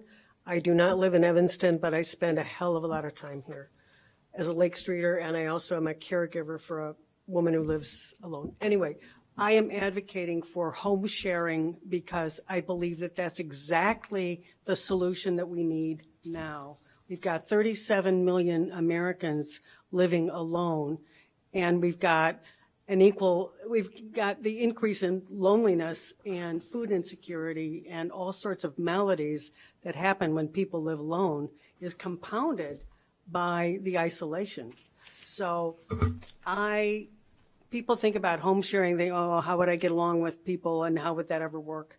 What I plan to do is offer classes on how to live successfully with other people and to offer a certificate of reasonableness for people who take that class and complete it. And then they would be entered into a pool of people who are certifiably reasonable. And I will also train household managers to manage households so that they're clean, cute, charming, harmonious, and well-managed. And the harmonious comes from training on how to live successfully with others and supporting the household manager to keep everything in line, the residents, the furnace, the washing machine, all of that, to keep everything working and in harmony. So I think this is a solution that is really appropriate for this chaotic and tumultuous time when it's very difficult to just keep our heads above water. And think how comforting it would be to know that you could go home and have dinner with your community most nights. That would be a wonderful feeling for a lot of people. That's what I have to say. Thank you. Thank you. I'll follow up with written something. Okay, great. Next up, I have Paul Breslin. Hello, I live in the First Ward. I've been listening to what others have said so far. I would like to second Mary Rosinski's statement that we need a better explanation of the 180 that the planning process took when it was decided to back away from the contract to Tesca Associates and send out a second RFP. I don't know how that was decided, and if anybody here does, I'd really like to hear about it. Other things. I support the statement made by Commissioner Halleck and a number of other people that it would be a very bad idea to cut off discussion on April 4th. We've already been force marched to one deadline that we couldn't meet, and that got scuttled. Enough forced marches. Take the time that's necessary. Yes, I wanted to ask Commissioner Mangum, I heard you say in January that you were concerned that if we upzoned the residential areas, that developers would go where land was cheapest, buy up houses, knock them down, and replace them with 2, 3, or 4 flats that would be at market price and would be priced out of range for the people who already live in that neighborhood. So it could result in the breaking up of neighborhoods where many families have lived stably for generations. Do you still have that concern? We're Is not that going a to. reasonable question? Well, it's a very civil question, but we're not in a position. We can ask questions, follow-up questions to clarify with the presenters, but it's not appropriate for you to be. Okay, I'll go on. I took the trouble to look at the responses to the RFP from HDR and from Tesca. It's interesting. Tesca starts out by saying we must have trust in the community. That was the first thing they said. And then they say we need to build on what Evanston is now when we make innovations. So that, that's what we need to do. The HDR document starts with 4 pages of very attractive illustrations of scenes in Evanston, and then starts talking about thought influencers and international consultants and national trends and international trends. What you have here is what was my college philosophy professor identified is a conflict between Aristotelian and Platonic approaches to reality. The Platonists say the truth is up there and everything down here follows from that in some imperfect way. The Aristotelians say, look at what's here. Then what do we want to do? How do we go by induction rather than deduction toward a conclusion? I hold with the Aristotelians. So I guess that's about all I have to say. Thank you. Okay, thank you. That concludes everyone that I have on my sign-up sheet. Is there anyone else who would like to speak? Okay. Oh, and we may have, yeah, and may I have your name and address so I can write you down? It's Andrea Liss, 496 Sheridan. Liss, L-I-S-S? Liss, yeah. Okay. So I live in the 3rd Ward and own property, my design studio's in the 4th Ward. I have previously voiced my objections to the unsubstantiated and increased density plans that, if enacted, would change the livability and quality of life for Evanstonians throughout our beautiful city and not necessarily solve the affordability issues. This evening, my comments relate to the Neighborhoods and Places chapter, and specifically what safeguards will be written into the comprehensive plan so that the underlying aesthetic of Evanston will be maintained as the zoning codes change and new buildings are added over time. As a professional designer, I understand that beauty is in the eye of the beholder, but that said, some standards for context and harmony should apply so we do not end up with a patchwork hodgepodge look throughout the city as we grow. Historic preservation districts have some protections in this regard, but I'm curious about the rest of the neighborhoods, including the business districts. My thoughts also apply to transit-oriented developments, especially where they run adjacent to single-family home districts. The draft comprehensive plan calls for a design commission, and while I understand this adds another layer to the planning and zoning process, I do believe it's worthwhile. Without standards, excellence easily falls by the wayside. I leave it to the architects and planners on the commission to determine the best ways to incorporate such a design-oriented body that will focus on the built environment and how the parts would fit together gracefully within the architectural environment. I think it worth noting in a discussion of possible standards that there are duplexes, row houses, and larger multi-unit apartment buildings throughout the city that blend in with their surroundings, even when situated in single-family home districts because of their architectural style and materials. I am not advocating for large buildings in single-family home districts, just that as Evanston was built, there are these buildings that do exist. I contrast this with a rental building that was recently renovated on Sheridan Square near my home. All the other buildings on the block are in red brick, as was this building previously. Even though it was more modern in style, it still fit into the neighborhood. Unfortunately, the developer who renovated it painted the brick white and gray with black balconies, so now this building stands out like a sore thumb in an otherwise pleasing street, and I think that speaks to a lot of what people are worried about with some of the increased density in buildings. Last thing I'll say, as a counterexample, there is a stunning historic row house on Elmwood and Greenwood just down the street from my building in the 4th Ward. It was built in the 1800s. The building has 4 homes, which are a lovely addition to the block because the architecture is in harmony with the rest. Of note, one of the units is currently for sale at a price of $1.2 million, which seems to be the going rate and argues against the idea that 2 and 4 plexes will add affordable housing to our neighborhoods. Thank you. Okay, Linda Damchuk. Well, I've got, she's up first and yes.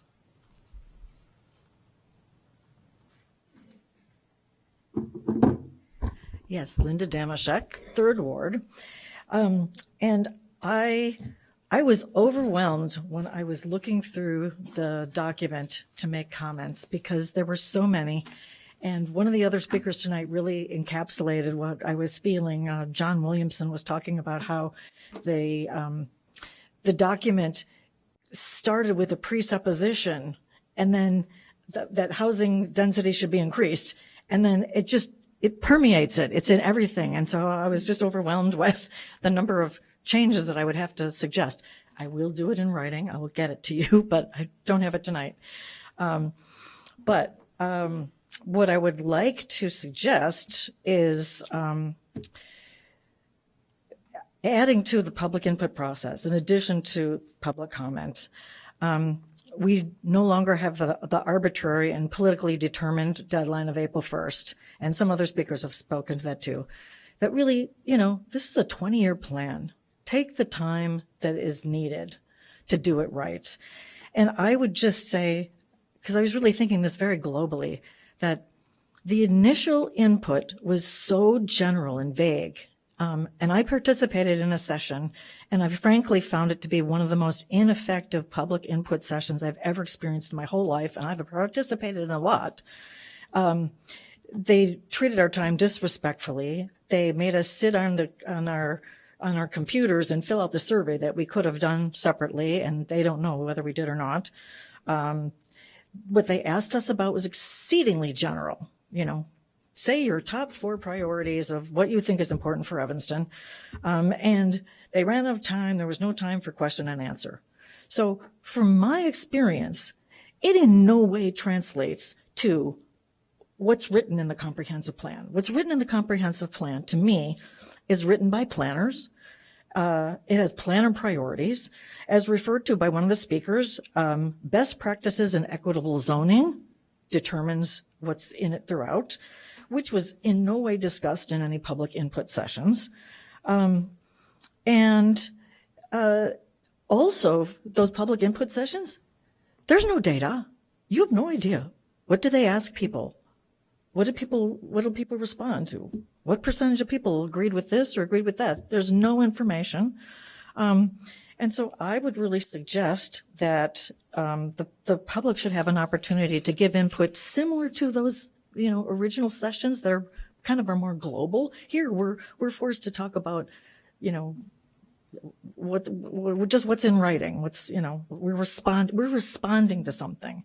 Whereas I feel like now that all the big, concepts are out there, that you should really have discussion sessions about the things that many of us have brought up. So, increasing housing density as a requirement. What do people think about that? Input, data, upzoning over the entire city. What do people think about that? Input, data. May I ask you to wrap up? Pardon me? Okay. Evanston's already dense. It already has a different housing type mix. And I think that a lot of these comments are written for national organizations and for homogenous, single family only communities. And we already are very diverse. And so anyway, the original people asked for very general aspirational input.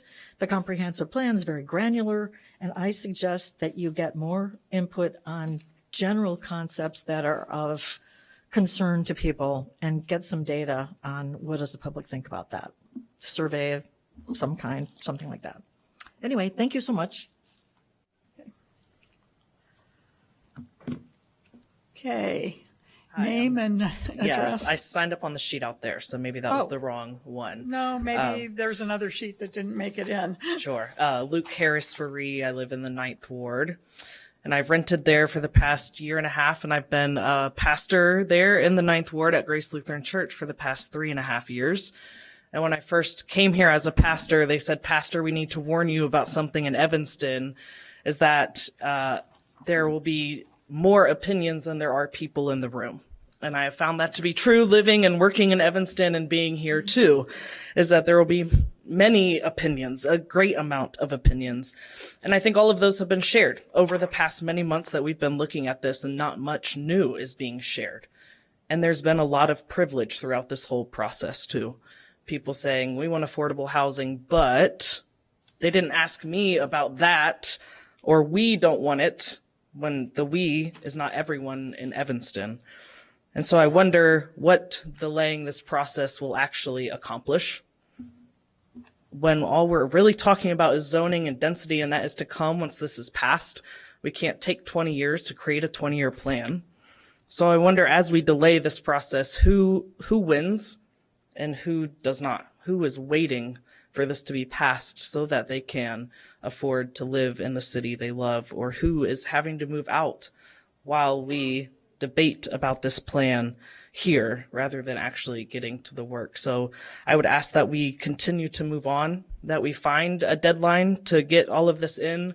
I know you will need time to read through all the comments coming your way, but I would hope that we would wrap this up soon because it's just going to continue talking in circles and editing it until there's not much of a plan left. So I would hope that we could get to the important work of the zoning. Thank you. Thank you. Now, does anyone else want to come on up and your name and address, please?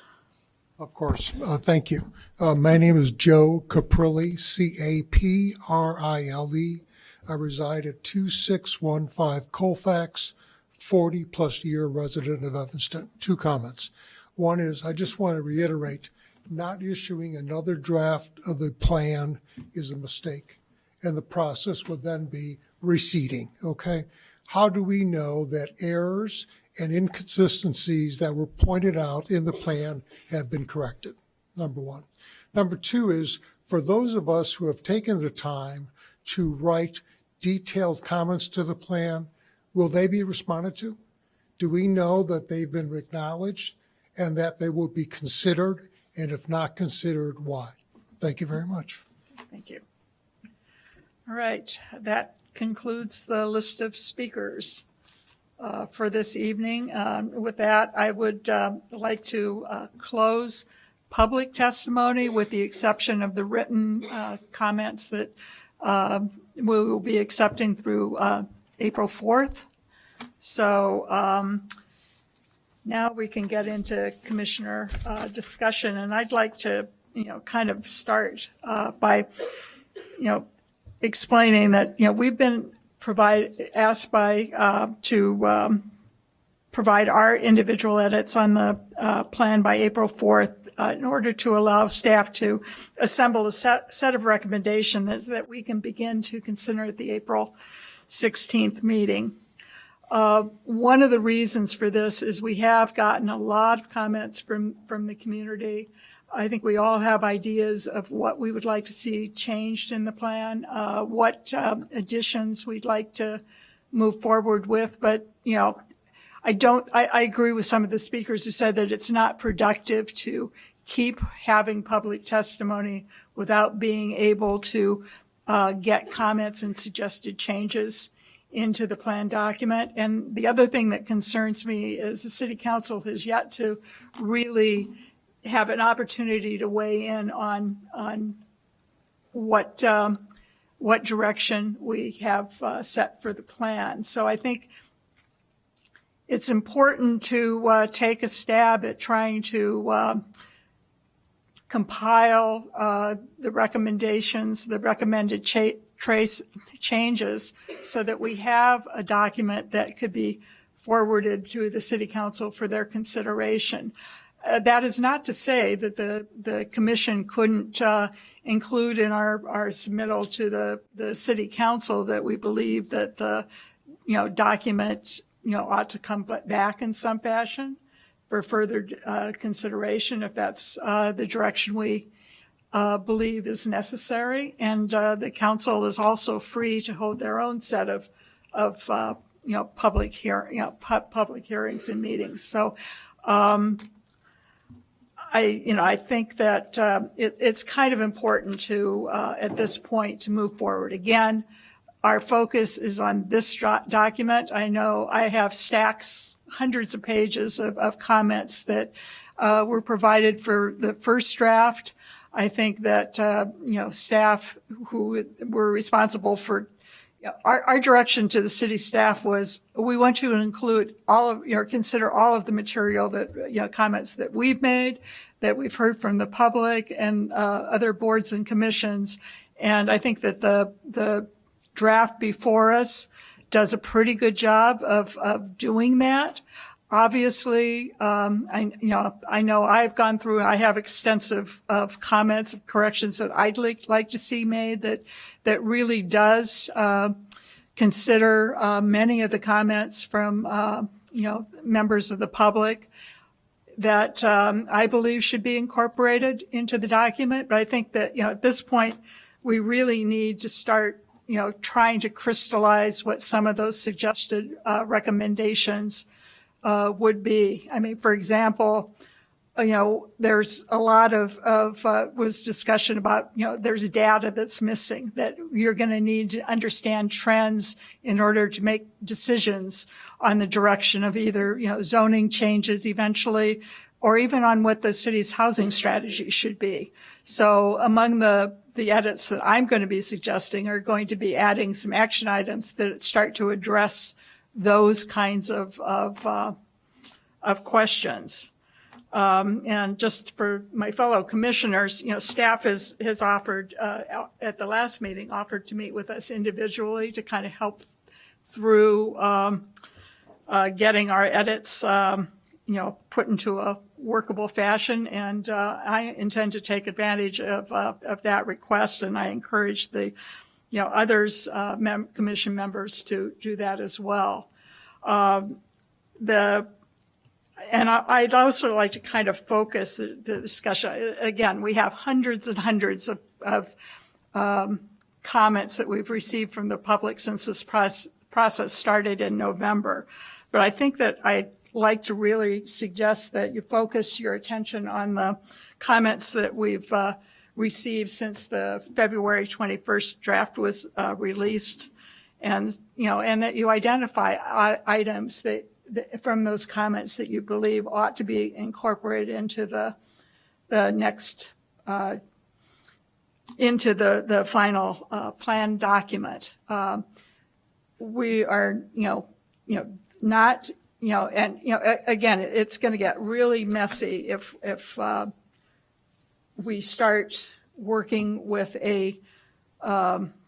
expecting a third draft document. I've been informed that at the moment, the budget that was made available to create the Plan 2.0 has been exhausted. So preparation of a draft 3.0 really is going to require the authorization of the city council. So I think it's probably really worthwhile for us to make an effort to go through and identify the changes in the plan that we think should be made. I know, and it's going to kind of run the gamut. I know that Commissioner Marichev last time had pointed out that there are summary tables that begin most of the chapters that have policies, but not all. So there's some technical things like that need to be addressed. And I think it's probably really worthwhile at this point to start putting down our specific recommendations so we can discuss them. So that's kind of why the schedule has been established. Again, once this goes to the city council, it could come back to us. But I think it's incumbent upon us to make the effort to go through the staff comments and our own comments and really try to move this process forward so it does not take the next 6 months or a year, especially given the fact that we do have cases that we're going to have to be dealing with. So with that, I'll open it to comments. May I go next? Commissioner Halleck. You know how I feel about this. This smacks of the same policy that this started off with, is that we need to do both zoning and comprehensive plan at the same time, and we need to get it done by X date. And then we got a draft that people were just like, what is this? We all said that. That wasn't it, and even still we're questioning the chapter that says what we heard. So if after all the community comments that were made turned into what we heard in this document, and it's still not reflective of the community, what makes you think that this next version is all of a sudden going to be reflective of the majority of the community? I personally don't see it. The other thing is that I understand budget, but this is a very important thing. And if we need to assign more money to it, I think that's a noble cause. But this is not about what we think or what even the council thinks, although they have the ultimate decision-making power. It's about what the public thinks. We're supposed to be reflective, and I think the council is reflective of what the public thinks. And if the public doesn't get any input, and listen, the council does not have the hearings like we have the hearings. They allow 1 minute. You know, that's not a hearing. And so it's our role. It's our role to gather with the staff the comments from the public and assemble that. This is very complex. Very complex. And there are conflicting opinions, yes. But I asked that question about, last time, how is the staff going to decide which conflicting opinions to put in this next draft? And they said, well, we'll try to assimilate and kind of come up with, I don't know exactly what they said, the majority comment or something like that. But it's a judgment call. And our job is to review what the staff provides before it goes to council. To me, why are we doing this if we don't have review over the product that goes to council, and more importantly, that the public doesn't have input on what goes to council. Commissioner. Okay. I'm very much in favor for moving forward. And I think we've had enough meetings. I think all of the arguments that can be made for the elephant in the room topic and everything else have been made. I think for every new meeting we have, the number of new ideas or new arguments keeps decreasing, and we're kind of just hearing the same thing over and over. I think that I hope people will focus their comments on just the policies and actions section of each chapter, because those ultimately will be the parts that are just referenced most directly back when we talk about zoning or whatever else. Don't focus too much on the fluff and the commentary in the background. Just focus on the policies and actions section that are summarized in each section. I reject the idea that the public has not had enough opportunity to give feedback, and I reject the idea that any particular percentage of the public is somehow not represented. I don't see the evidence for that. I think the new draft is pretty good. I'm very interested in talking some point tonight about exactly how that's going to go over the next couple of weeks and what we expect to see in terms of specific proposals. I'm very interested in trying to figure out how to ensure that the specific proposals we see, like in track changes, so to say, how to ensure that those proposals accurately represent the feedback that is being given, right? So every member of the public should be able to point to one of those proposals and say, yes, that's the change I want made. So then you have confidence in knowing that that is being proposed. And then our job is just to vote and move on.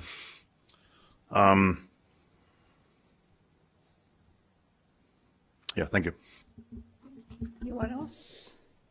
Commissioner Marichuk? I have a practical question. At the end of our discussions, are we voting on the plan to move forward? And what will happen if we vote no? What we will be doing is taking a series of edits and proposed changes. Staff is committed to compiling the recommendations we made. I'm not sure if they've quite figured out, for example, making the change to the format to add the policy changes. I have a number of action items that I think are very good action items, but they're located in the wrong chapter, for example. And so they're going to have to try to organize those along with the proposed text changes. And rather than have staff try to draft something and say yes or no, hope that they get what it is we're trying to say. We've been asked, with actually going through and proposing specific language. And there may be differences of opinion in terms of the language, but we will be voting on those specific changes is how this is envisioned, so that then we can send a recommendation to the city council saying, these are the changes we'd like to see made. And I think, and it is not unreasonable to suspect that we may be asking the council, after they've reviewed our proposed changes, to authorize the preparation of a third draft and have it referred back to the commission, so that we could conceivably reopen up the public hearing. But that's kind of, I believe, sort of what's envisioned. And until we submit our comments and they're assembled by staff, I don't know if we know exactly how it's going to play out, but that's the intent. Am I correct, staff? And is that pretty much, I think that's kind of the direction we've been proposing. Does that help? Well, I somehow will join Commissioner Halleck in his opinion. I think that we have to have an organized, let's say, if we call it draft, if we call it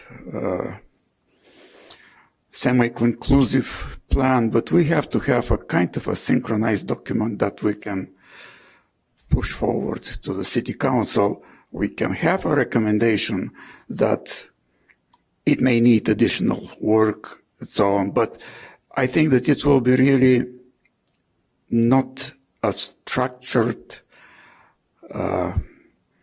document, or whatever we call it, if we send recommendation after recommendation after recommendation, as compared to the draft that we have here, and how will the city council read it and comment on everything? It, for me, it seems, I would say, chaotic. So I would prefer to have a single document if it's a next draft, but it has to be a serious document that we can provide to the city council. That's my opinion. I'd like to jump in on that too. It's quite possible that we're going to have several new players in the city council come in a couple weeks, and we send in a document that's marked up and not organized. We're going to be handing a document over to someone else that's not organized, that doesn't understand. I'm still trying to I have a long way to go to figure this out. Been doing this for a few months, and to me, it's hard to imagine having a document that's, patched together, red line, and say, okay, vote on this. It doesn't feel right. I mean, and I agree with my colleague here about that. We've heard what the people really want. I mean, it's the same group of people that come here every night and say pretty much the same thing. I've heard it's almost like they're rereading some of the things they've said before, and that's fine. They're passionate. They want us to get the message. We're getting the message. But I think that when you consolidate all the information, all the comments, it needs to be summarized in a way where we can look at it and comfortably understand what we're looking at. And then when we hand it over to the city council, that they can too. And I think that sending something like that with the anticipation that it could come back is inviting trouble. I would rather us go slower, get it right. And we don't have to, we don't have to assume that we can't do that. I mean, I think we could do it in 30 more days. I don't think we have to do it in 800 days or 180 days or 90 days. I think we can do it rather quickly. We're almost there, because there's this idea of rebuilding this document. We're not going to rebuild the document. There's some edits that need to be made, some things that need to be put into it, some things that need to be taken out. Clean it up, send it on. I mean, that to me is the right thing to do, and be a little bit more judicious in this process at the last minute, because everybody's been like, get your information in, get your comments in. The whole reason for that is to do something with it. And we have all this energy to create this document, and then we don't apply the energy to make it line up with some symmetry and some clarity. I don't know. I just feel like that's That's not good. So that's my opinion. Commissioner Berlin, did you? Okay. Yes, Commissioner Magnum. Is it on? Yes.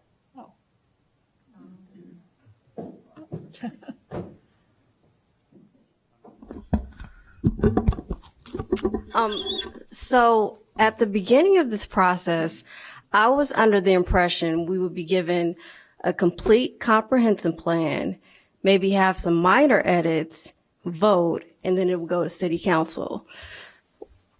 What we have in reality is, it seems like a jigsaw puzzle, but we're missing a lot of the pieces, and then we're being asked to vote on it. So I would say we should do the best that we can, but understand that if it's not complete enough, how can we vote? Okay. I just want to add something to what I said before. Oh, excuse me.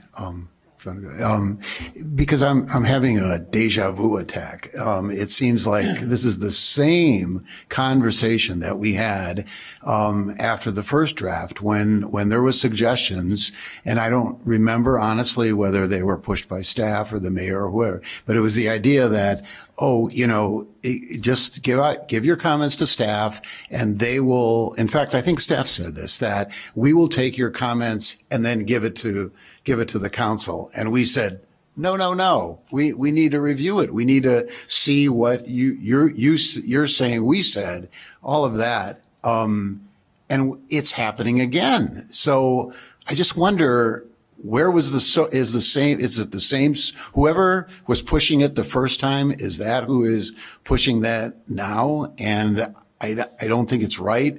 We dismissed it the first time. The other thing I wanted to say is that we're not talking about another 3 months of meetings. I don't think so, but it's more about the process. The process says to me that we give comments, we're refining. Some communities have taken years to do this. We're taking a few months. It's already at record speed. But the idea of not having a chance to refine it before we send it off to the council, I think that's just wrong. Commissioner Berlin.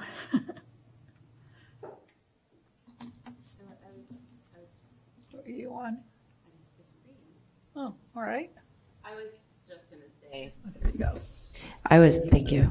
I was just going to say that I agree with the need to send a very clean, straightforward document to City Council. So at a minimum, if I'm understanding correctly, it sounds like we're going to get this document that presumably will also be released to the public.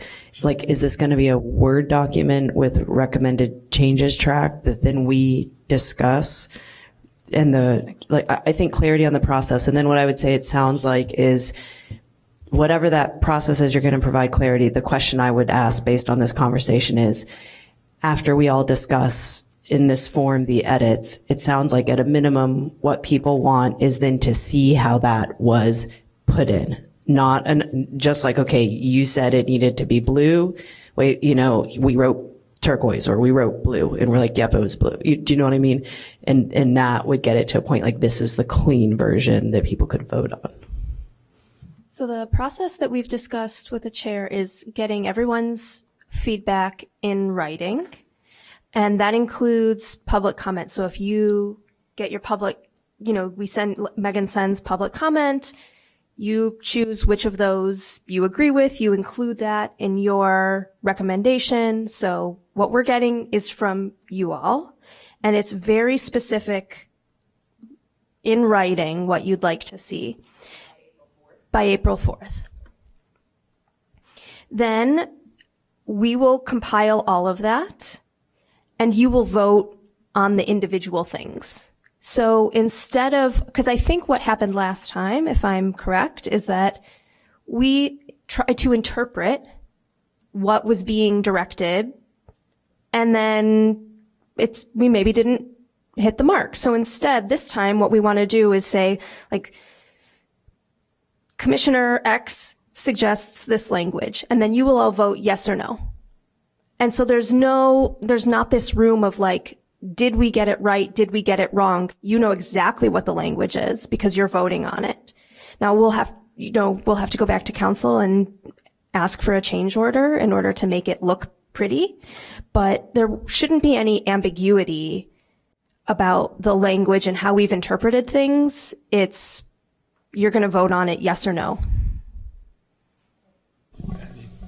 So I need a little clarity here, and I'm not trying to be a jerk. I'm trying to, as an editor, think this through because I actually edit housing stuff. So April 4th, the public, all the boards and commissions, all the commissioners, anyone has submitted feedback. Let's say that you are not going to incorporate anything from the first draft. We agree the second draft represents the feedback from the first draft, rightly or wrongly. Let's just agree to leave that one alone.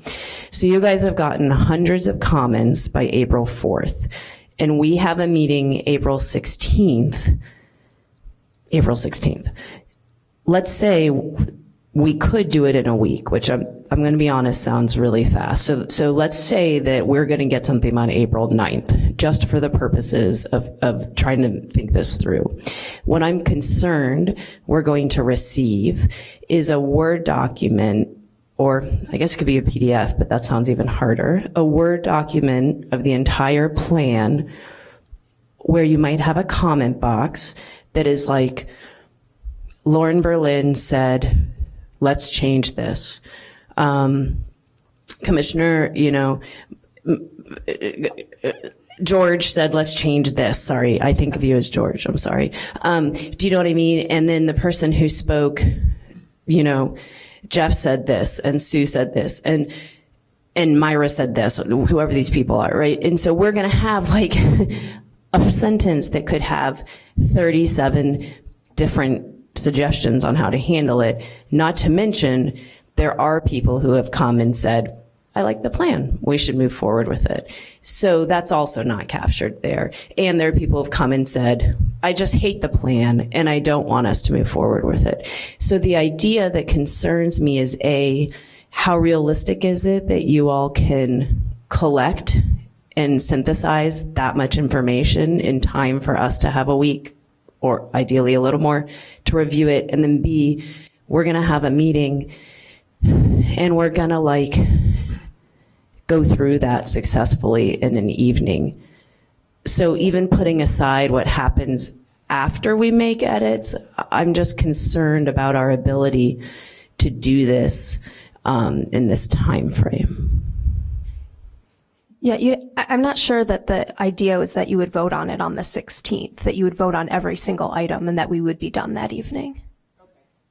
That's not my understanding. No, we have two meetings. We have the April 16th, and then the second session is in May, May 21st, I believe. And one of the concerns I have too is that everybody, our initial edits, the community's input, and the material from the other boards and commissions all comes at April 4th. And so members of the public, if you can get your written comments to us sooner rather than later, that would be really helpful. But I anticipate that, some things we ought to be able to get through fairly quickly. They should be fairly simple edits. Other pieces are going to be probably more extensive. Like if you're writing whole new sections, and they may require some more discussion, or we may have something that came through the public comment toward the end. And certainly the board and commission material, we won't necessarily, we'll have to figure out how that gets incorporated. So I would imagine that at the end of the April 16th meeting, we may, have either homework for staff or homework for us that needs to happen. So that's... To clarify, I'm not necessarily saying we should have a third draft or any of that. I'm just trying to think through how to move forward with what we have committed to doing, right? Yeah. Okay. Yeah, and So- testing. Chair and members of the commission. I think we as staff are looking for you all. You all are receiving all the public input that we're getting. We want to hear from you based on what the public's submitting, what you would like to see based on that feedback, and direct us to incorporate as you see fit. We'd rather not be in the position of us trying to synthesize or extract the public comment. We can certainly help you with you all with that, but we're really looking for the feedback to go to you, and you articulate to us what it is that you would like to see changed in the plan based on that. And I just want to reemphasize, I really would recommend that you get with Megan and see if you can schedule a time as individuals. I know everyone's busy, but I think it's really effective for us to sit down with each one of you if we can and have a conversation about your concerns. So I just wanted to reemphasize that too, that the chair mentioned at the beginning of the meeting.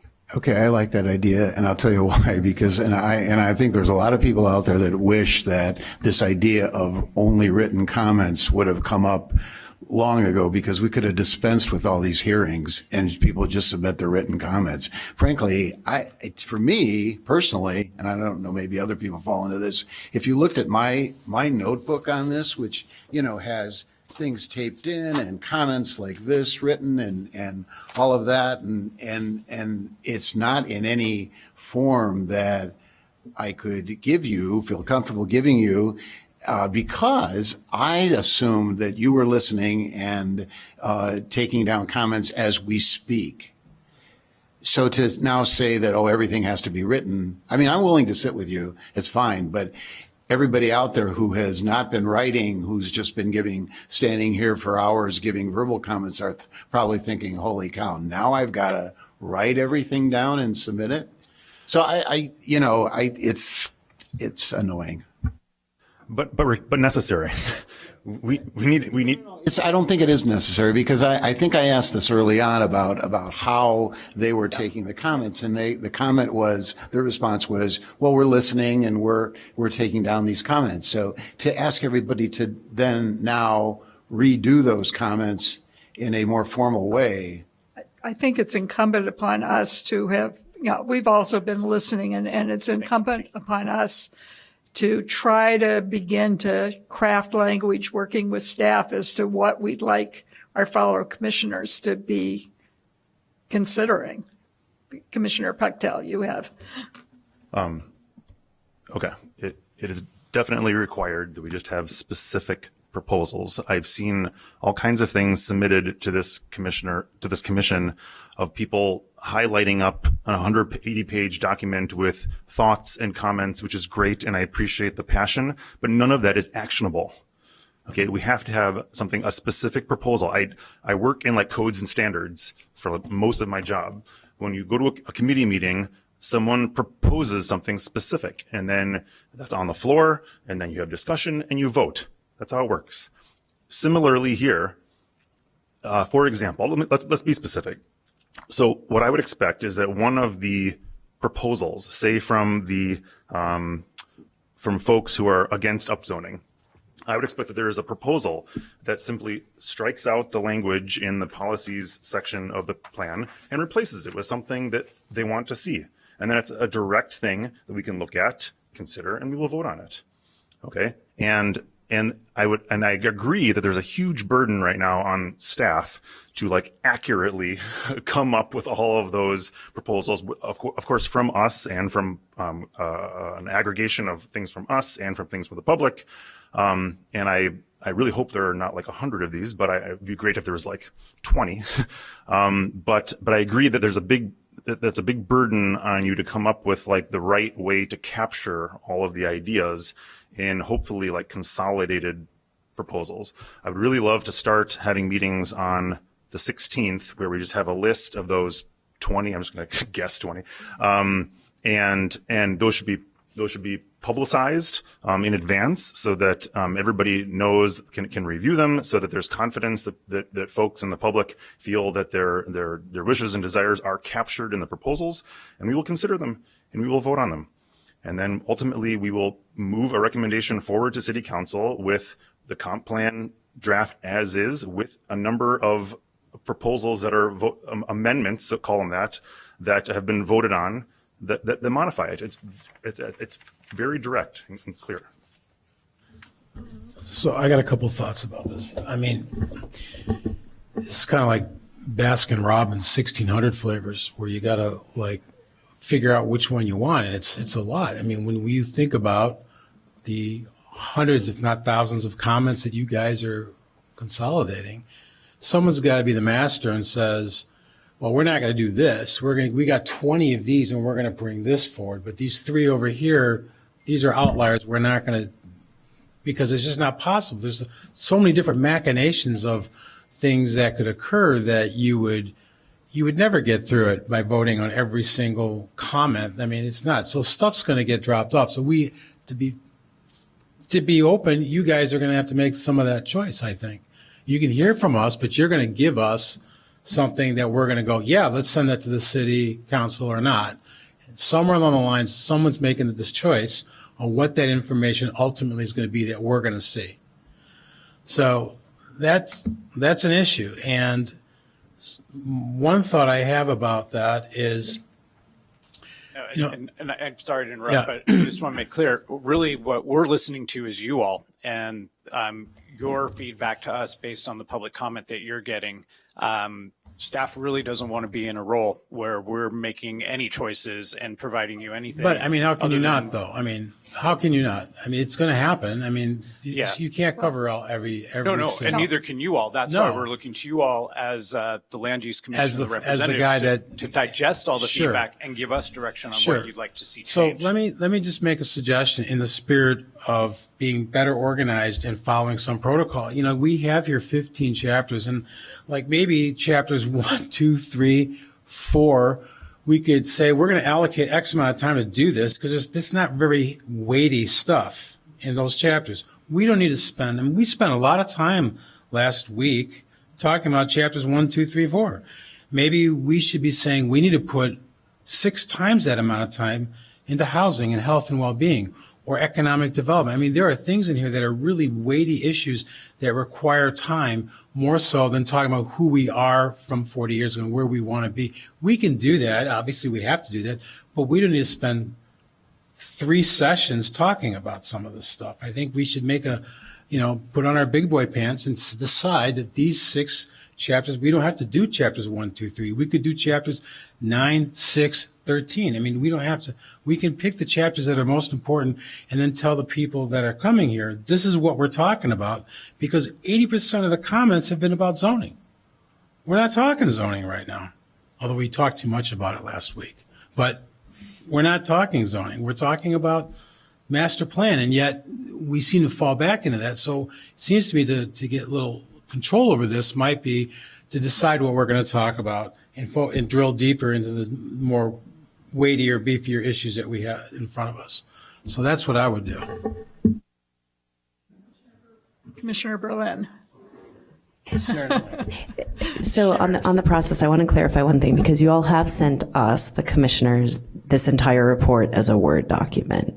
And so I feel like there's a little disagreement here between who's taking the first stab at changing the language, or miscommunication or confusion. Like, as I hear it, there's 2 different potential ways this is happening. There is us opening those Word documents and literally writing in what we think the language should be. That is the intention. Okay, so some of us are technologically challenged, so that's one of the reasons to meet with staff. So here's a very specific example. What we heard, I don't think it represents the range of opinions we're hearing. I think it skews pretty heavily pro-density, and I think we're hearing that, and we're also hearing clearly a desire not to upzone anything. And that doesn't say that. So that clearly needs to be changed. So in this reality, for example, each of us could, I feel strongly that needs to be changed. So I could go through and change it based on what I'm hearing, and other commissioners could go through and change it based on what they're hearing, and then we would all get all of those versions, and then and that's sort of the 20 and then we're going to talk in front of everyone at this meeting on the 16th about those different versions for each edit, or there's. So what I'd recommend in that scenario, we'll try and batch everything together. And so you'd have it ahead of time. And I imagine somebody would say, you know, we've all had time to take a look at this. I make a motion that, like, here's what I see from all of these suggestions. I make a motion that we adopt this one, or I make a motion that we, whatever. Yeah. And then you don't have to say, like, okay, let's read each line and, like, yeah.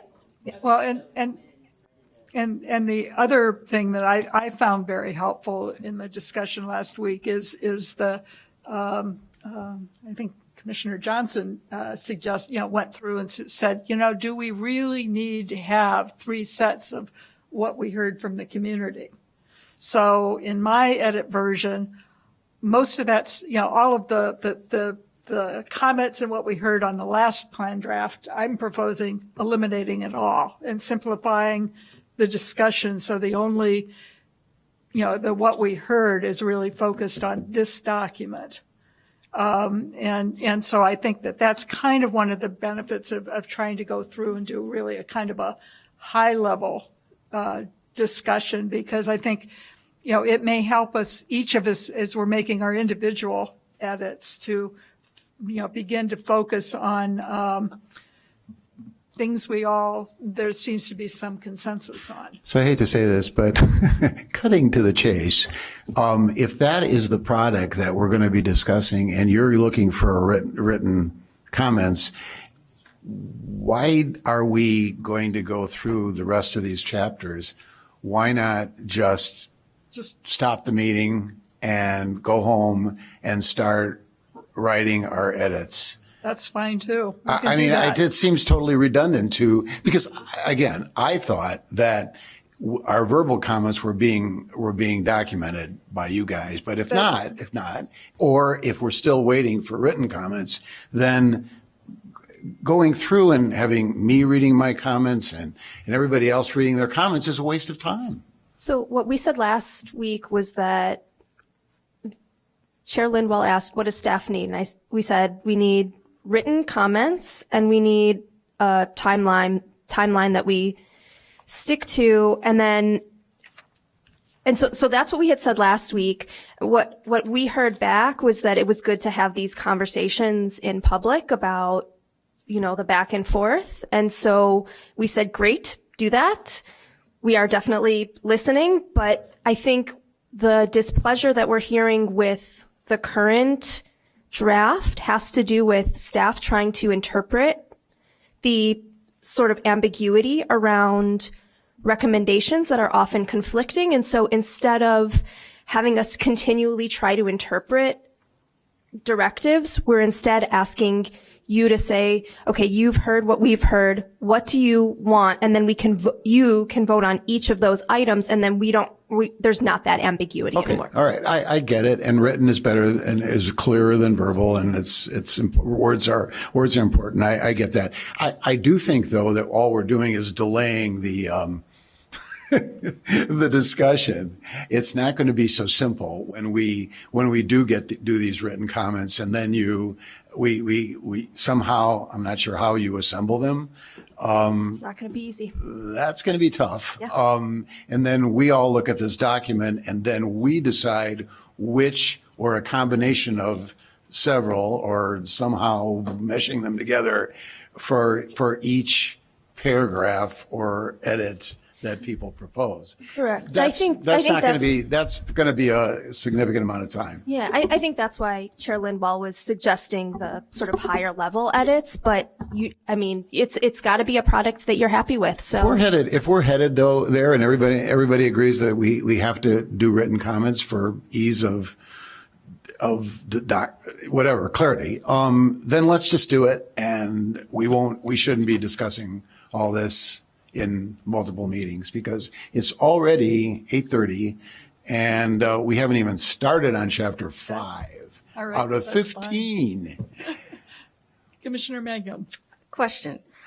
So when we're reviewing the public comment that's written, can we say incorporate the comment of, first name, last name, or do you need us to copy and paste the entire comment into the document? Or translate, write kind of generally, in some cases, it could be adding a task to the list of action statements. It may be, adding,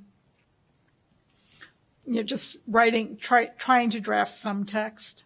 I mean, for example, I think that, under the parking, where we're talking about the need for data that Mr. Smith has, written at great length about. I think that information is important. I don't know that it needs to be in the plan document, but I think that a task suggesting that such a study be done so that we have that information or that information is available before you start looking at zoning is probably how I would suggest tackling the comments from the public.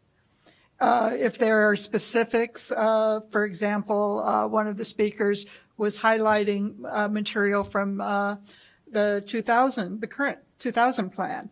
And if you believe that information is appropriate to go in the document somewhere, I don't think there's anything wrong with cutting and pasting and sticking it in.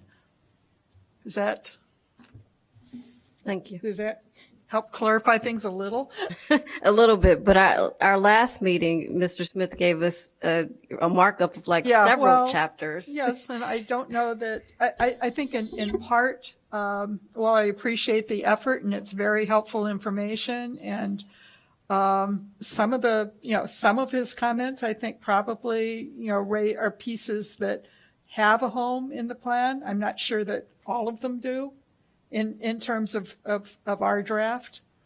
And many of, especially the stuff we just got yesterday and today, some of it is kind of questions and food for thought, and they may become tasks, or they may, not everything that the community is suggesting needs to necessarily be in the plan.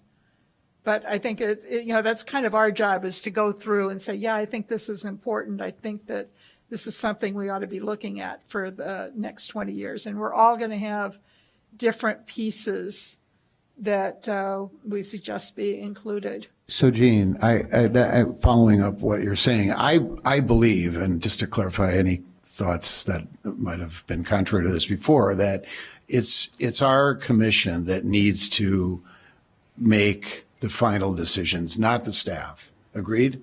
Yes. Okay. And you're on board with that. And I guess what maybe we're in our process, what we're saying, let's just take Jeff Smith's multiple emails and comments. We make the judgment individually on whether that comment or anybody else from the community, comment gets into the document. And that appears, I'm just thinking this through, that appears in our written comments. So we're not, the staff isn't assembling every single comment made by every resident, correct? Because we've already received those. So we need to look at those if we, go back and all the, the information that we've gotten. And if there's something that we think is important, we need to put that in our comments. That would be correct, right? Okay. Do you have the word? I just want to hit this point home again too, so we're all clear that there's a difference between comments and proposals. Okay. Comments are just people's thoughts and they are not actionable. Proposal is specifically saying, instead of this saying this, I want it to say this. It's got to be really, really clear. I can't tell you how many times I've sat on like another board or committee or something, and I'm going through hundreds of public comments on other kinds of construction documents, and we literally just, the committee rejects comments over and over again because the submitter doesn't offer anything specific, and we say thank you for your comment, rejected because you didn't offer anything specific. Very common. Okay, so not just written comments, written proposals.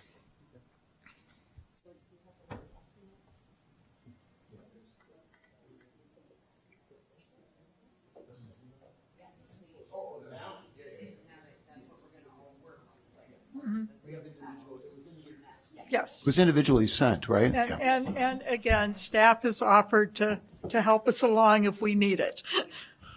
So in that vein of thought, if we are looking at comments and we see like 100 comments that say XYZ, and we think we need to have that put into the plan, can we just say that we observed these comments without identifying, we saw this comment from this person or that person, from Jeff or from whomever?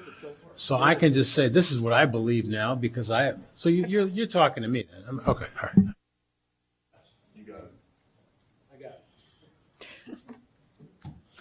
Okay, any other questions on how we're going to proceed?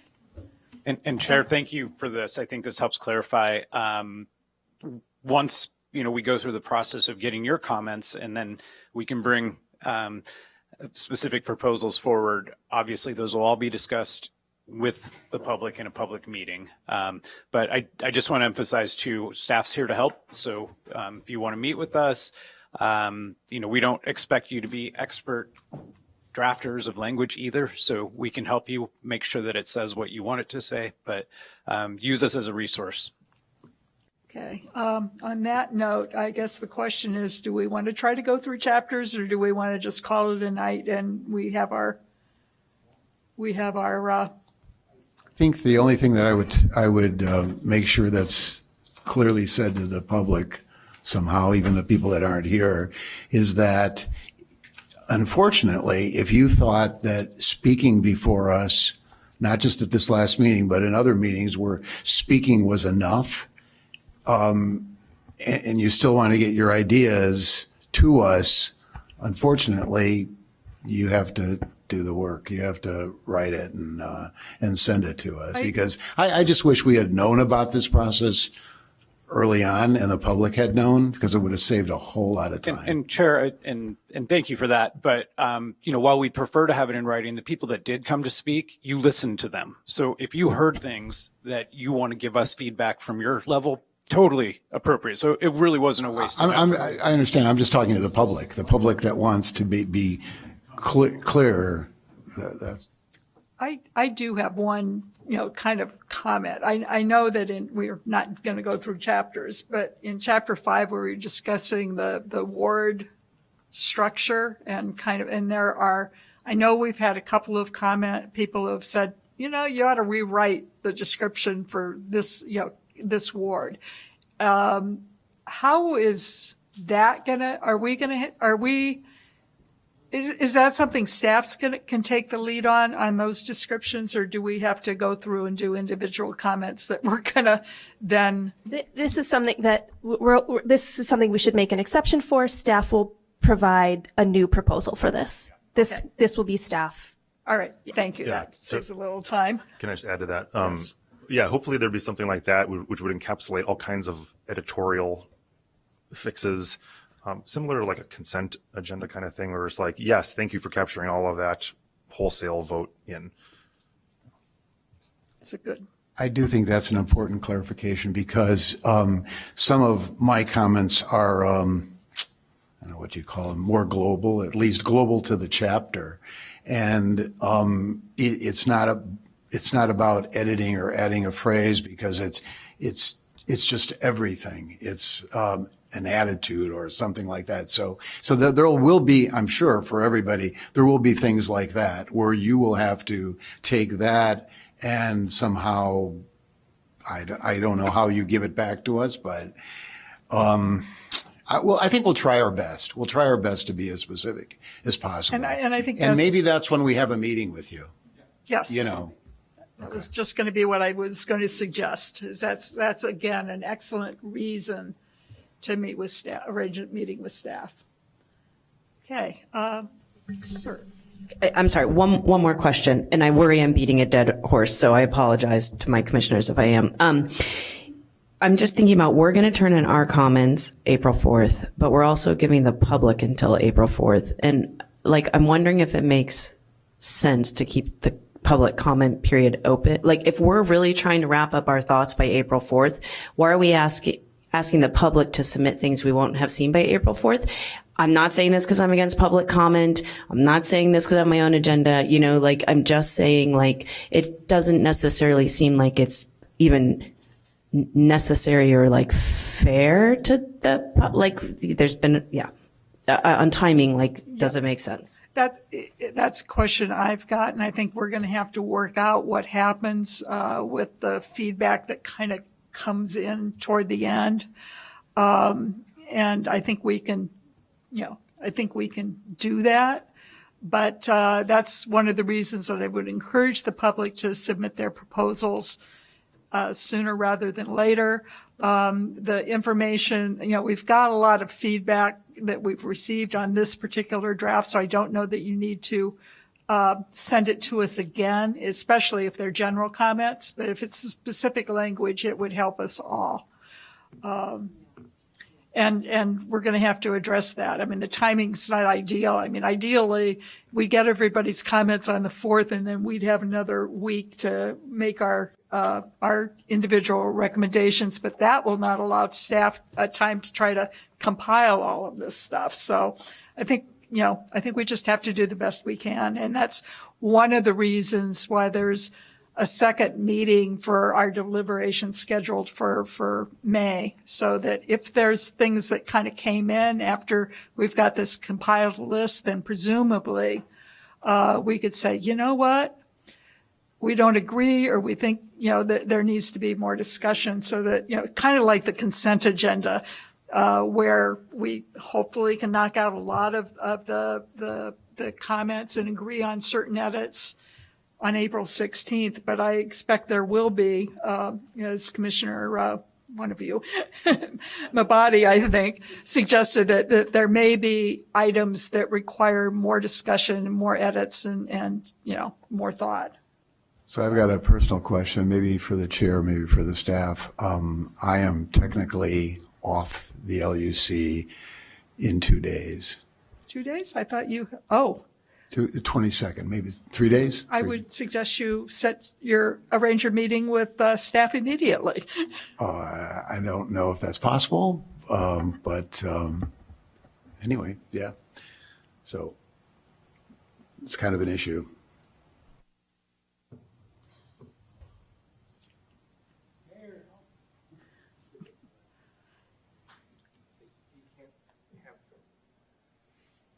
I think that perhaps, we can talk with staff, and perhaps your comments, I presume you have most of them pretty well written out.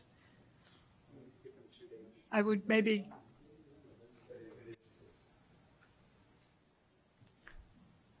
I don't see a reason why you can't just continue to edit the document that we've given you access to. If the public has until April 4th, you most certainly have until April 4th, right? So just go ahead and edit the document that you already have access to. Okay. All right. So I'm hearing that we do not need to go through chapters. Does anyone else have questions? Otherwise, we have to actually continue this public hearing. So I need a motion to continue this public hearing to April 16th. I move to continue this public hearing to April 16th. Second. Okay. All in favor, say aye. Aye. We don't need a roll call for this, do we? Okay. All right. And then next on the agenda, I think we have, public communications is next. Do we have any communications? Nothing big, but do want to emphasize that next week we will have a meeting that starts at 7 p.m. here. This will also be the last Land Use Commission meeting in this building. But definitely want to emphasize that we'll be starting at 7 p.m. next week. So don't show up at 6 or 5:30. Or expect food. That as well. Okay, now the next item is public comment. Is any? Hi, good evening. So just to understand the boards and commissions, to help facilitate this editing, I think it would be great if we had access to that. I mean, the Preservation Commission was just sent the Google Doc version of this, so we could do line item editing that way. It would be great if you sent that to all of the boards and commissions that came before you to present, so that they could do those line item edits and help facilitate, the editing, because otherwise you're going to get a PDF with, like comment bubbles, and it's going to be hard to, so just to help with the facilitating of editing. You guys, though, the Preservation Commission did line item comments. They're doing more. We're going to. Oh, they're doing more? We're going over the second draft, and we're going to be submitting. But I'm just saying that to help facilitate for everyone so that it's an even playing field, and it's just a way to help with the editing process so that we don't have to take a bunch of PDFs and, so. I'll leave that to staff because they're the ones who are going to have to be assembling all of this information. So the other thing is the public does not have a Word document. So what they're going to have to do is say, housing comment H 1.2, here's what I think. That's correct. Kind of thing. And that's what they've been doing. Yeah. Okay. Any other public comments? All right. Hearing none, may I have a motion to adjourn? So until 7:00 next week. So moved. Okay, second? Second. Okay, all in favor? Aye. Aye. Thank you, everyone.